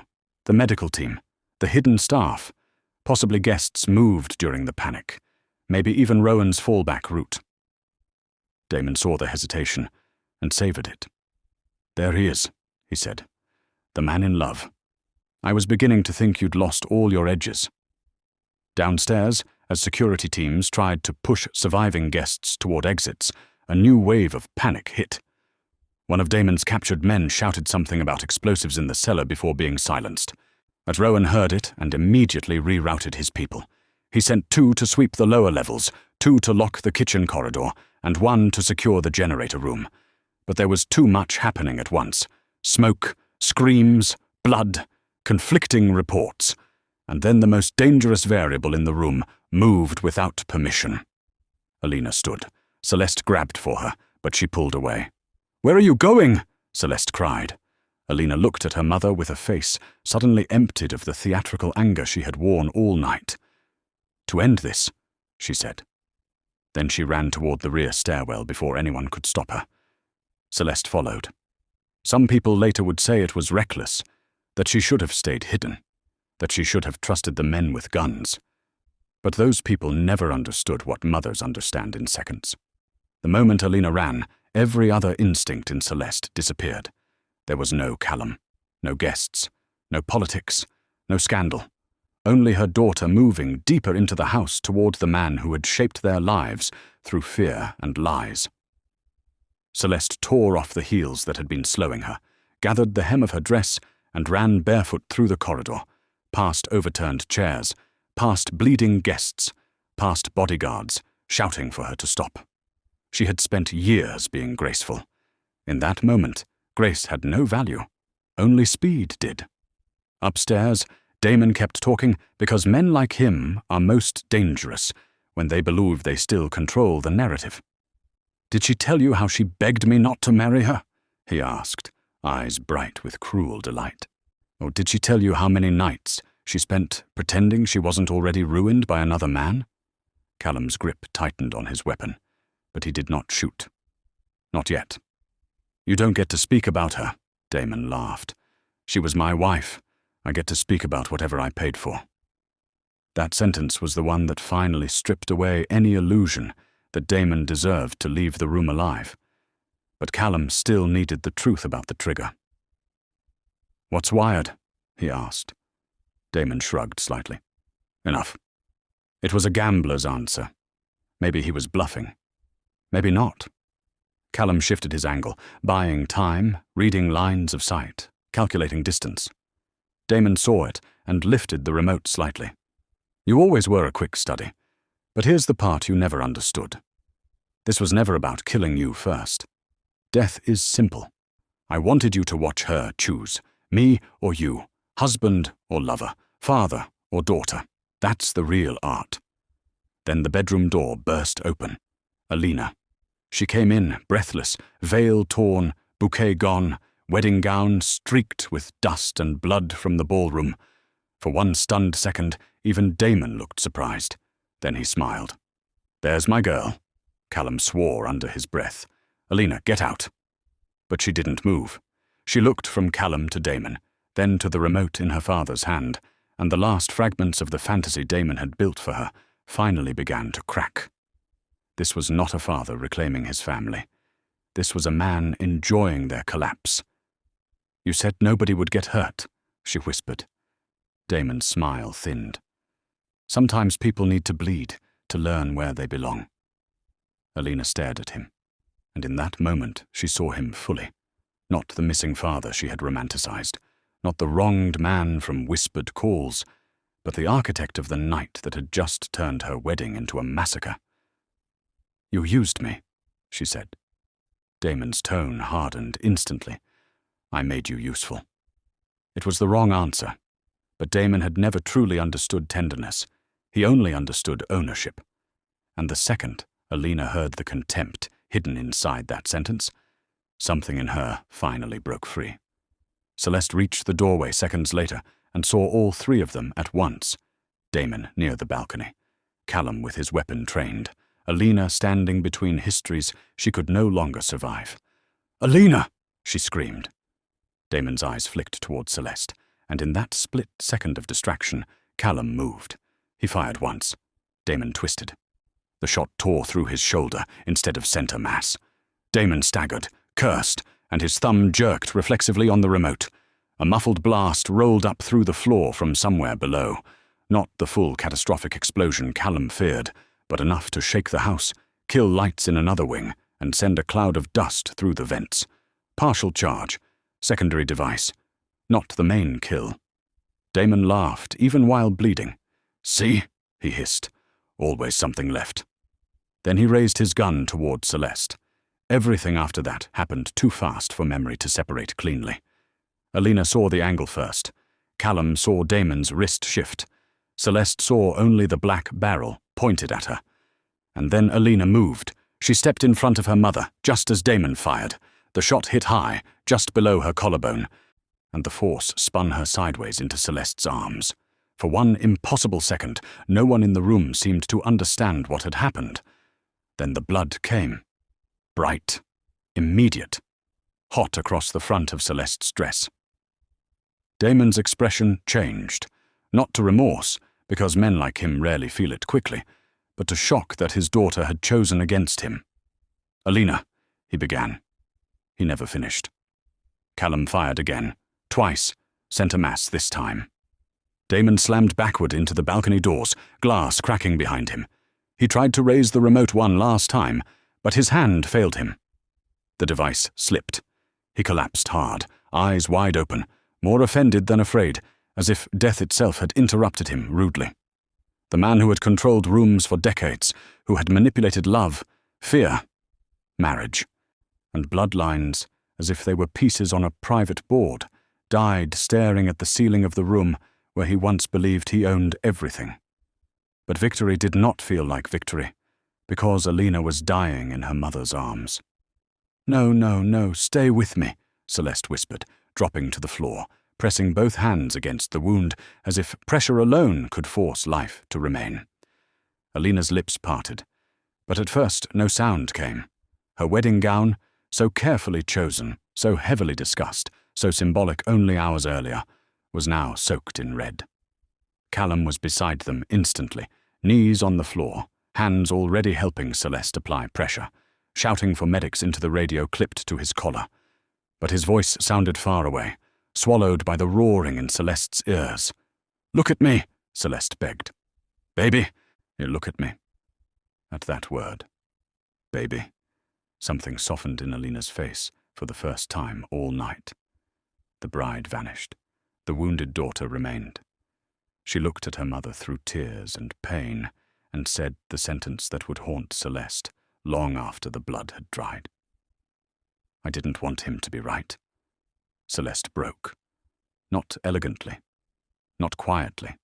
The sound that came out of her then was the sound of years of restraint collapsing under the weight of love and regret. "He wasn't," she cried. "He was never right. Never." Alina's eyes shifted toward Callum then, and for a moment the room held a different kind of silence. The cruel tension between them, the resentment, the humiliation, the accusation, all of it suddenly felt small compared to the reality of a dying woman trying to understand the truth before it was too late. "Were you ever going to choose me?" she asked. It was the most honest question she had ever asked him. No pride, no manipulation, just the raw need to know whether any part of what she had imagined had been real. Callum, who had lied to enemies and misled police and negotiated with killers, answered with a truth so clean it hurt. "I was going to protect you," he said. "I was never going to love you the way you deserved." The tears finally escaped her then, not because the answer was cruel, but because it was merciful. At last, no one in the room was lying. "That's what I thought," she whispered. Then she turned her head weakly toward Celeste again. "I'm sorry," she breathed. "I was so angry, and he made it feel like—" Her voice broke. Celeste pressed her forehead to Alina's. I know. Stay with me. Please stay." But Alina's fingers were already weakening in her mother's hand. The medics arrived. They worked fast, efficient, practiced in the ugly intimacy of trauma. They cut fabric, started lines, packed the wound, checked pulse. One looked at Callum with the expression doctors use when they know the truth, but don't want to say it in front of family. "Move her now," Callum snapped before the man could speak. "You move her. She dies faster," the medic answered. That was the worst kind of sentence. It turned the room from a rescue into a vigil. Celeste refused to release her daughter. Even when they needed access, she only shifted enough to let them work. Callum stayed close, one hand bloodied from trying to help, the other clenched so tight his knuckles had gone white. Rowan appeared in the doorway, face grim, reporting casualties. Of the partial blast, the house secured, Damon's men either dead or captured. None of it mattered in that moment. Power, survival, victory, revenge, all of it shrank beside the sight of a mother holding her child on a bedroom floor, while the night they were supposed to survive together took her anyway. Alina lingered longer than anyone expected. Sometimes the body fights because the heart has unfinished things to say. She drifted in and out, consciousness flickering, breath shallow. At one point, she looked toward the broken balcony doors where Damon's body still lay under a sheet someone had thrown over him, and gave the faintest, strangest smile. "He looks smaller now," she whispered. Callum heard it. So did Celeste. There was a kind of liberation in the sentence. Damon had ruled their lives through size, his shadow, his anger, his influence, his absence. Now, reduced to a shape under cloth, he was finally what he had always feared becoming: ordinary, mortal, small. "You're not going with him," Celeste said fiercely, as if defying death itself. "Do you hear me? You are not going with him." Alina turned her face toward her mother again. "I'm tired," she admitted, and those two words contained the entire tragedy of her life. Tired of comparison, tired of performance, tired of being manipulated by men who treated her as a legacy instead of a daughter, tired of trying to be chosen by people too damaged to love cleanly. Celeste kissed her forehead again and again, as if she could hold her here through repetition. It was not enough. Alina died just before dawn. The wedding guests would later tell different versions of what happened after that. And some said the house went silent in a way they had never experienced before. Some said even the men with guns lowered them out of instinct, as if grief itself had more authority than violence. Some said Callum Vale, the man they believed incapable of softness, knelt beside Celeste for nearly an hour after the medic stopped, not speaking, not moving, simply staying there because leaving would have made the loss feel official.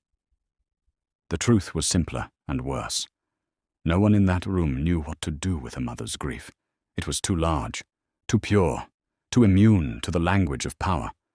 Celeste did not scream after the final moment. That was what frightened everyone. She just held Alina and stared at nothing, as if part of her had left with her daughter and had not yet realized the body was still sitting on the floor. Callum remained with her because there was nothing else he could offer that would not insult the magnitude of what had happened. He had won the war in the most technical sense. Damon was dead. The attack was stopped. The estate was secured. Rival families would retreat. The alliance was no longer needed. But the only person who had truly paid for all of it was the young woman who had been turned into leverage by every adult around her. In the days that followed, the city told the story in pieces because no one had the full version. Officially, there had been an attempted attack by a long-absent criminal figure during a high-profile private ceremony. There had been casualties. There had been a heroic intervention. There had been a tragic death. The names were managed carefully. The press was handled. The police were fed enough truth to close what needed closing and avoid what powerful people preferred buried. Damon's surviving men disappeared into cells, morgues, or silence. Warren turned state witness under pressure no one discussed publicly. Businesses shifted. Accounts froze. Judges made rulings that seemed independent, but weren't. By the end of the month, the Thorn operation, as it had once existed, was effectively over. Callum absorbed what was salvageable, dissolved what was toxic, and cut out every trace of Damon's remaining loyalists with a precision that reminded the city exactly why he had been feared long before love made him vulnerable. From the outside, it looked like recovery, stabilization, the restoration of order. But inside the people who had survived, there was no such thing as order anymore, and Celeste disappeared from public life almost immediately. Some said she went to Europe. Some said she entered a convent. Some said Callum hid her in one of his coastal properties under another name. The truth, for a while, was that no one knew, because she made sure no one knew. Grief had made the estate unbearable. Every hallway carried memory. Every flower arrangement looked like mockery. Every polished surface reflected the woman who had watched her daughter die in her arms. She attended the funeral in black, veiled, composed only because decades of survival had taught her how to remain standing while collapsing internally. The turnout was enormous. In families like theirs, tragedy attracts both mourners and opportunists. Men who had once underestimated Alina spoke of her beauty and promise, as women who had quietly judged her cried loudly in public. Old relatives invoked family honor. Priests spoke of redemption. None of it touched the truth. The truth was that Alina died because too many people used her as a symbol and not enough people protected her as a person. Celeste understood that. So did Callum. That shared knowledge became both the bond between them and the reason they could not remain near one another right away. Because love after catastrophe is not simple. It does not arrive cleanly, even when it is real. For weeks, Callum tried to reach her and failed. Not because she hated him, not because she blamed him entirely, but because grief makes even the right person feel impossible to face. Every time she imagined seeing him, she also saw the ballroom, the blood, Alina stepping in front of the gun. Or she saw the line between desire and consequence, and could no longer tell where one ended and the other began. She had loved him before.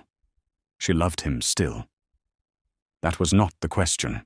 The question was whether two people who had finally found one another after years of theft and separation could survive the fact that their reunion had coincided with the worst loss of her life. Sometimes timing is the cruelest antagonist in any love story. Had Callum come earlier, perhaps Alina would have grown up knowing a different truth. Had he come later, perhaps the marriage alliance never would have happened. But he came when he did, and history met tragedy head-on. There is no clean way to forgive timing. Callum did not force contact. That perhaps was the most loving thing he could do. He sent no flowers, no dramatic letters, or no men to check on her. He arranged security around the edges of her new life without making it obvious. He ensured Damon's remaining associates were hunted down before they could regroup. He kept the city from turning her into a spectacle.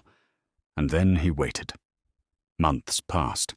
Business resumed because business always resumes in criminal empires, no matter how much blood has stained the floor. Meetings happened. Deals were made. Rivals tested him and were reminded quickly that grief had not made him weak. If anything, it had made him colder in ways his enemies regretted underestimating. But in private, there were signs of the damage. He stopped hosting dinners. He stopped attending certain social events entirely. The private club remained open, but the back room where he once sat alone with untouched whiskey became a place his men avoided unless summoned. There are forms of mourning powerful men are allowed publicly: revenge, silence, distance. The rest they do in rooms no one enters. Then, nearly 6 months after the wedding, Celeste sent for him. No explanation, no letter, just a message delivered through one of the only women she still trusted. She would be at the old chapel outside the city at dusk. If he came alone. The chapel was small, stone-built, and older than most of the neighborhoods around it. It sat on a hill where the wind carried the smell of pine and cold earth, far from the estate, far from the city, far from the ballroom where their lives had split apart.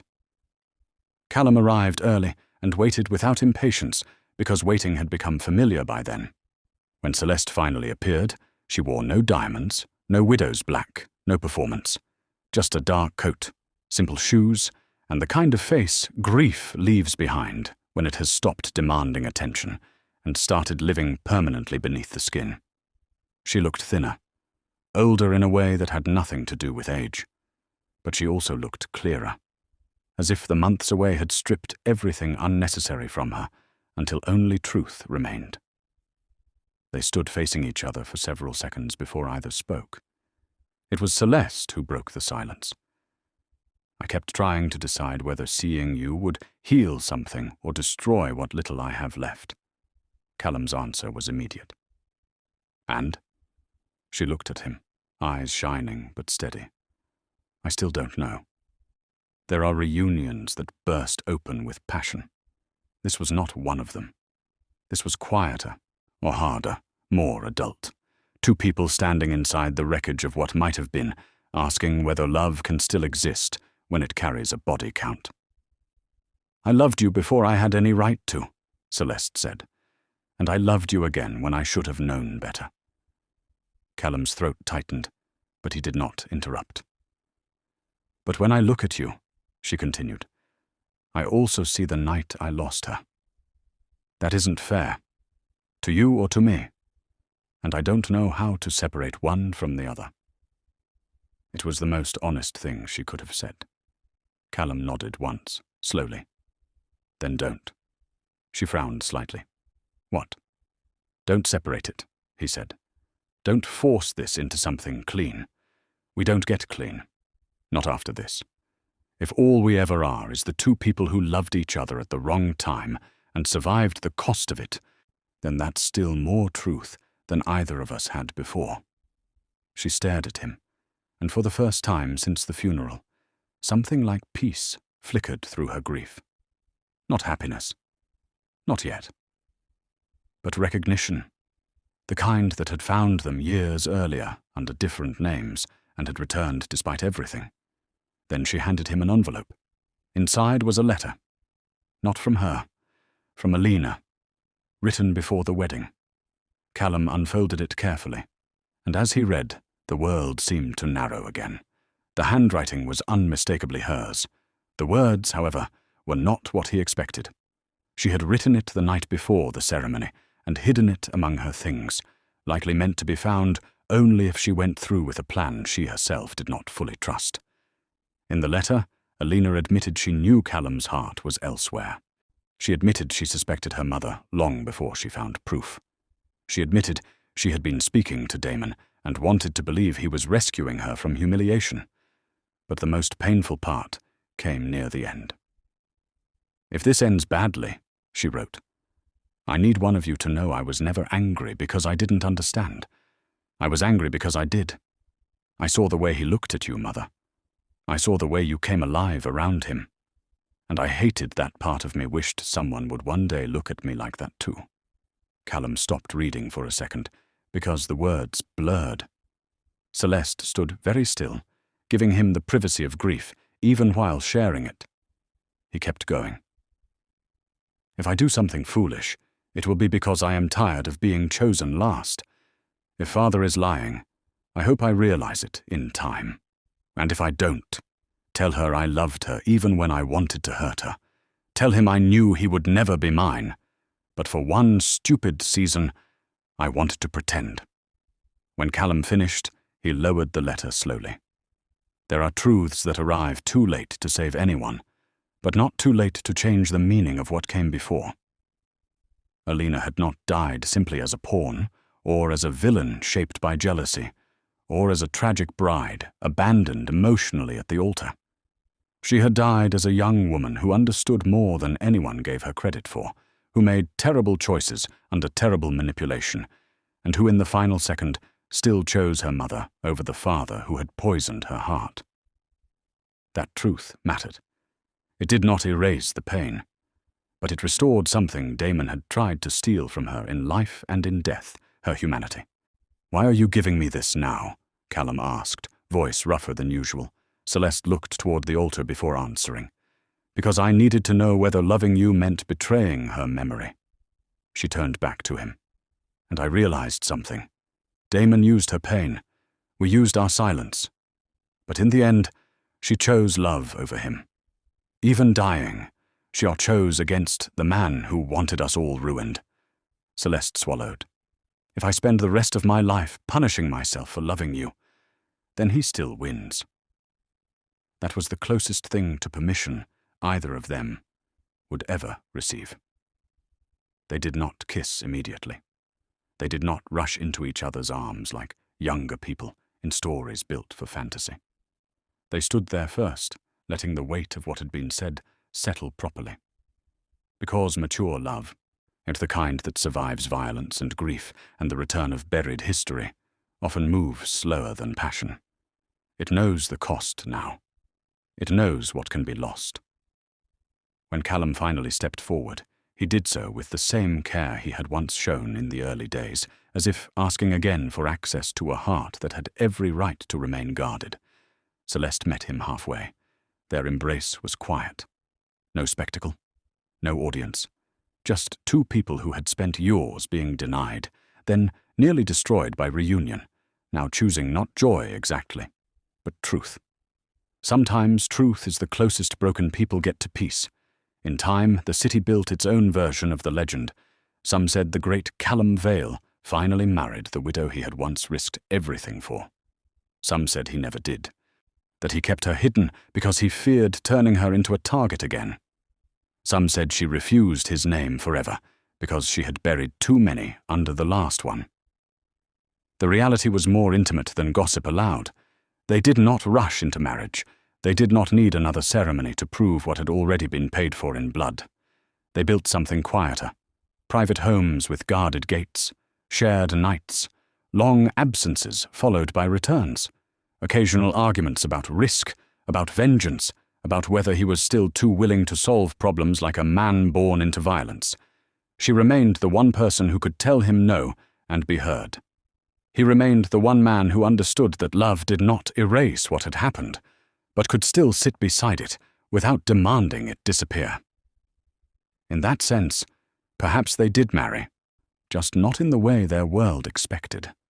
No vows, no chandeliers, no audience waiting to see who would be humiliated. Only the steady, difficult act of choosing each other after knowing exactly what choice can cost. Years later, those closest to them would say there was one room in Callum's coastal house he never let anyone enter, except Celeste.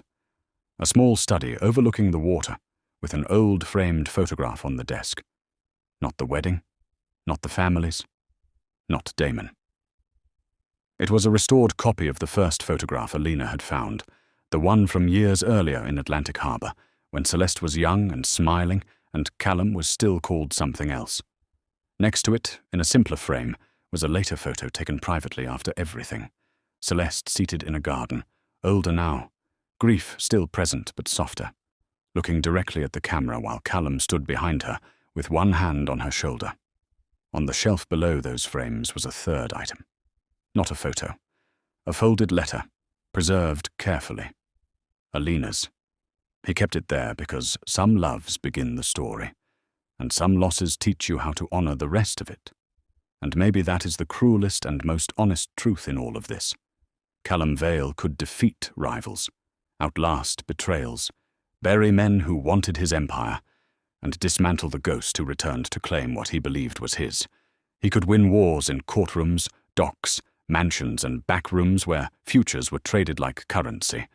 But none of that made him powerful enough to outrun timing, None of that made Celeste strong enough to love without memory. None of that gave Alina back the life she should have had. In the end, what remained was not triumph. It was consequence. It was the knowledge that love can be real and still arrive too late, that a daughter can be both wrong and deeply wounded, that a mother can protect and fail in the same breath, that a dangerous man can become gentle in the one place it matters most and still not be able to save everyone. And perhaps most of all, that in families built on power, the greatest damage is rarely done by enemies outside the gates. It is done by the people who know exactly where your heart is hidden. So if you've made it this far, tell me this in the comments. If you were Callum, would you have walked away the moment you realized you loved the wrong woman? Or would you have risked everything for the only love that ever felt real? And if you were Alina, would you call what she did selfish, tragic, or brave in the end? Because in stories like this, justice is rarely clean, love is rarely simple, and the truth always arrives after someone has already paid for it. And if you thought this story was unforgettable, wait until you hear what happened when a Mafia bride vanished on the morning of her wedding, and the man sent to find her uncovered a secret her family had buried for 20 years. Don't forget to like, subscribe, and let us know where you're watching from, because the next story may be even more devastating.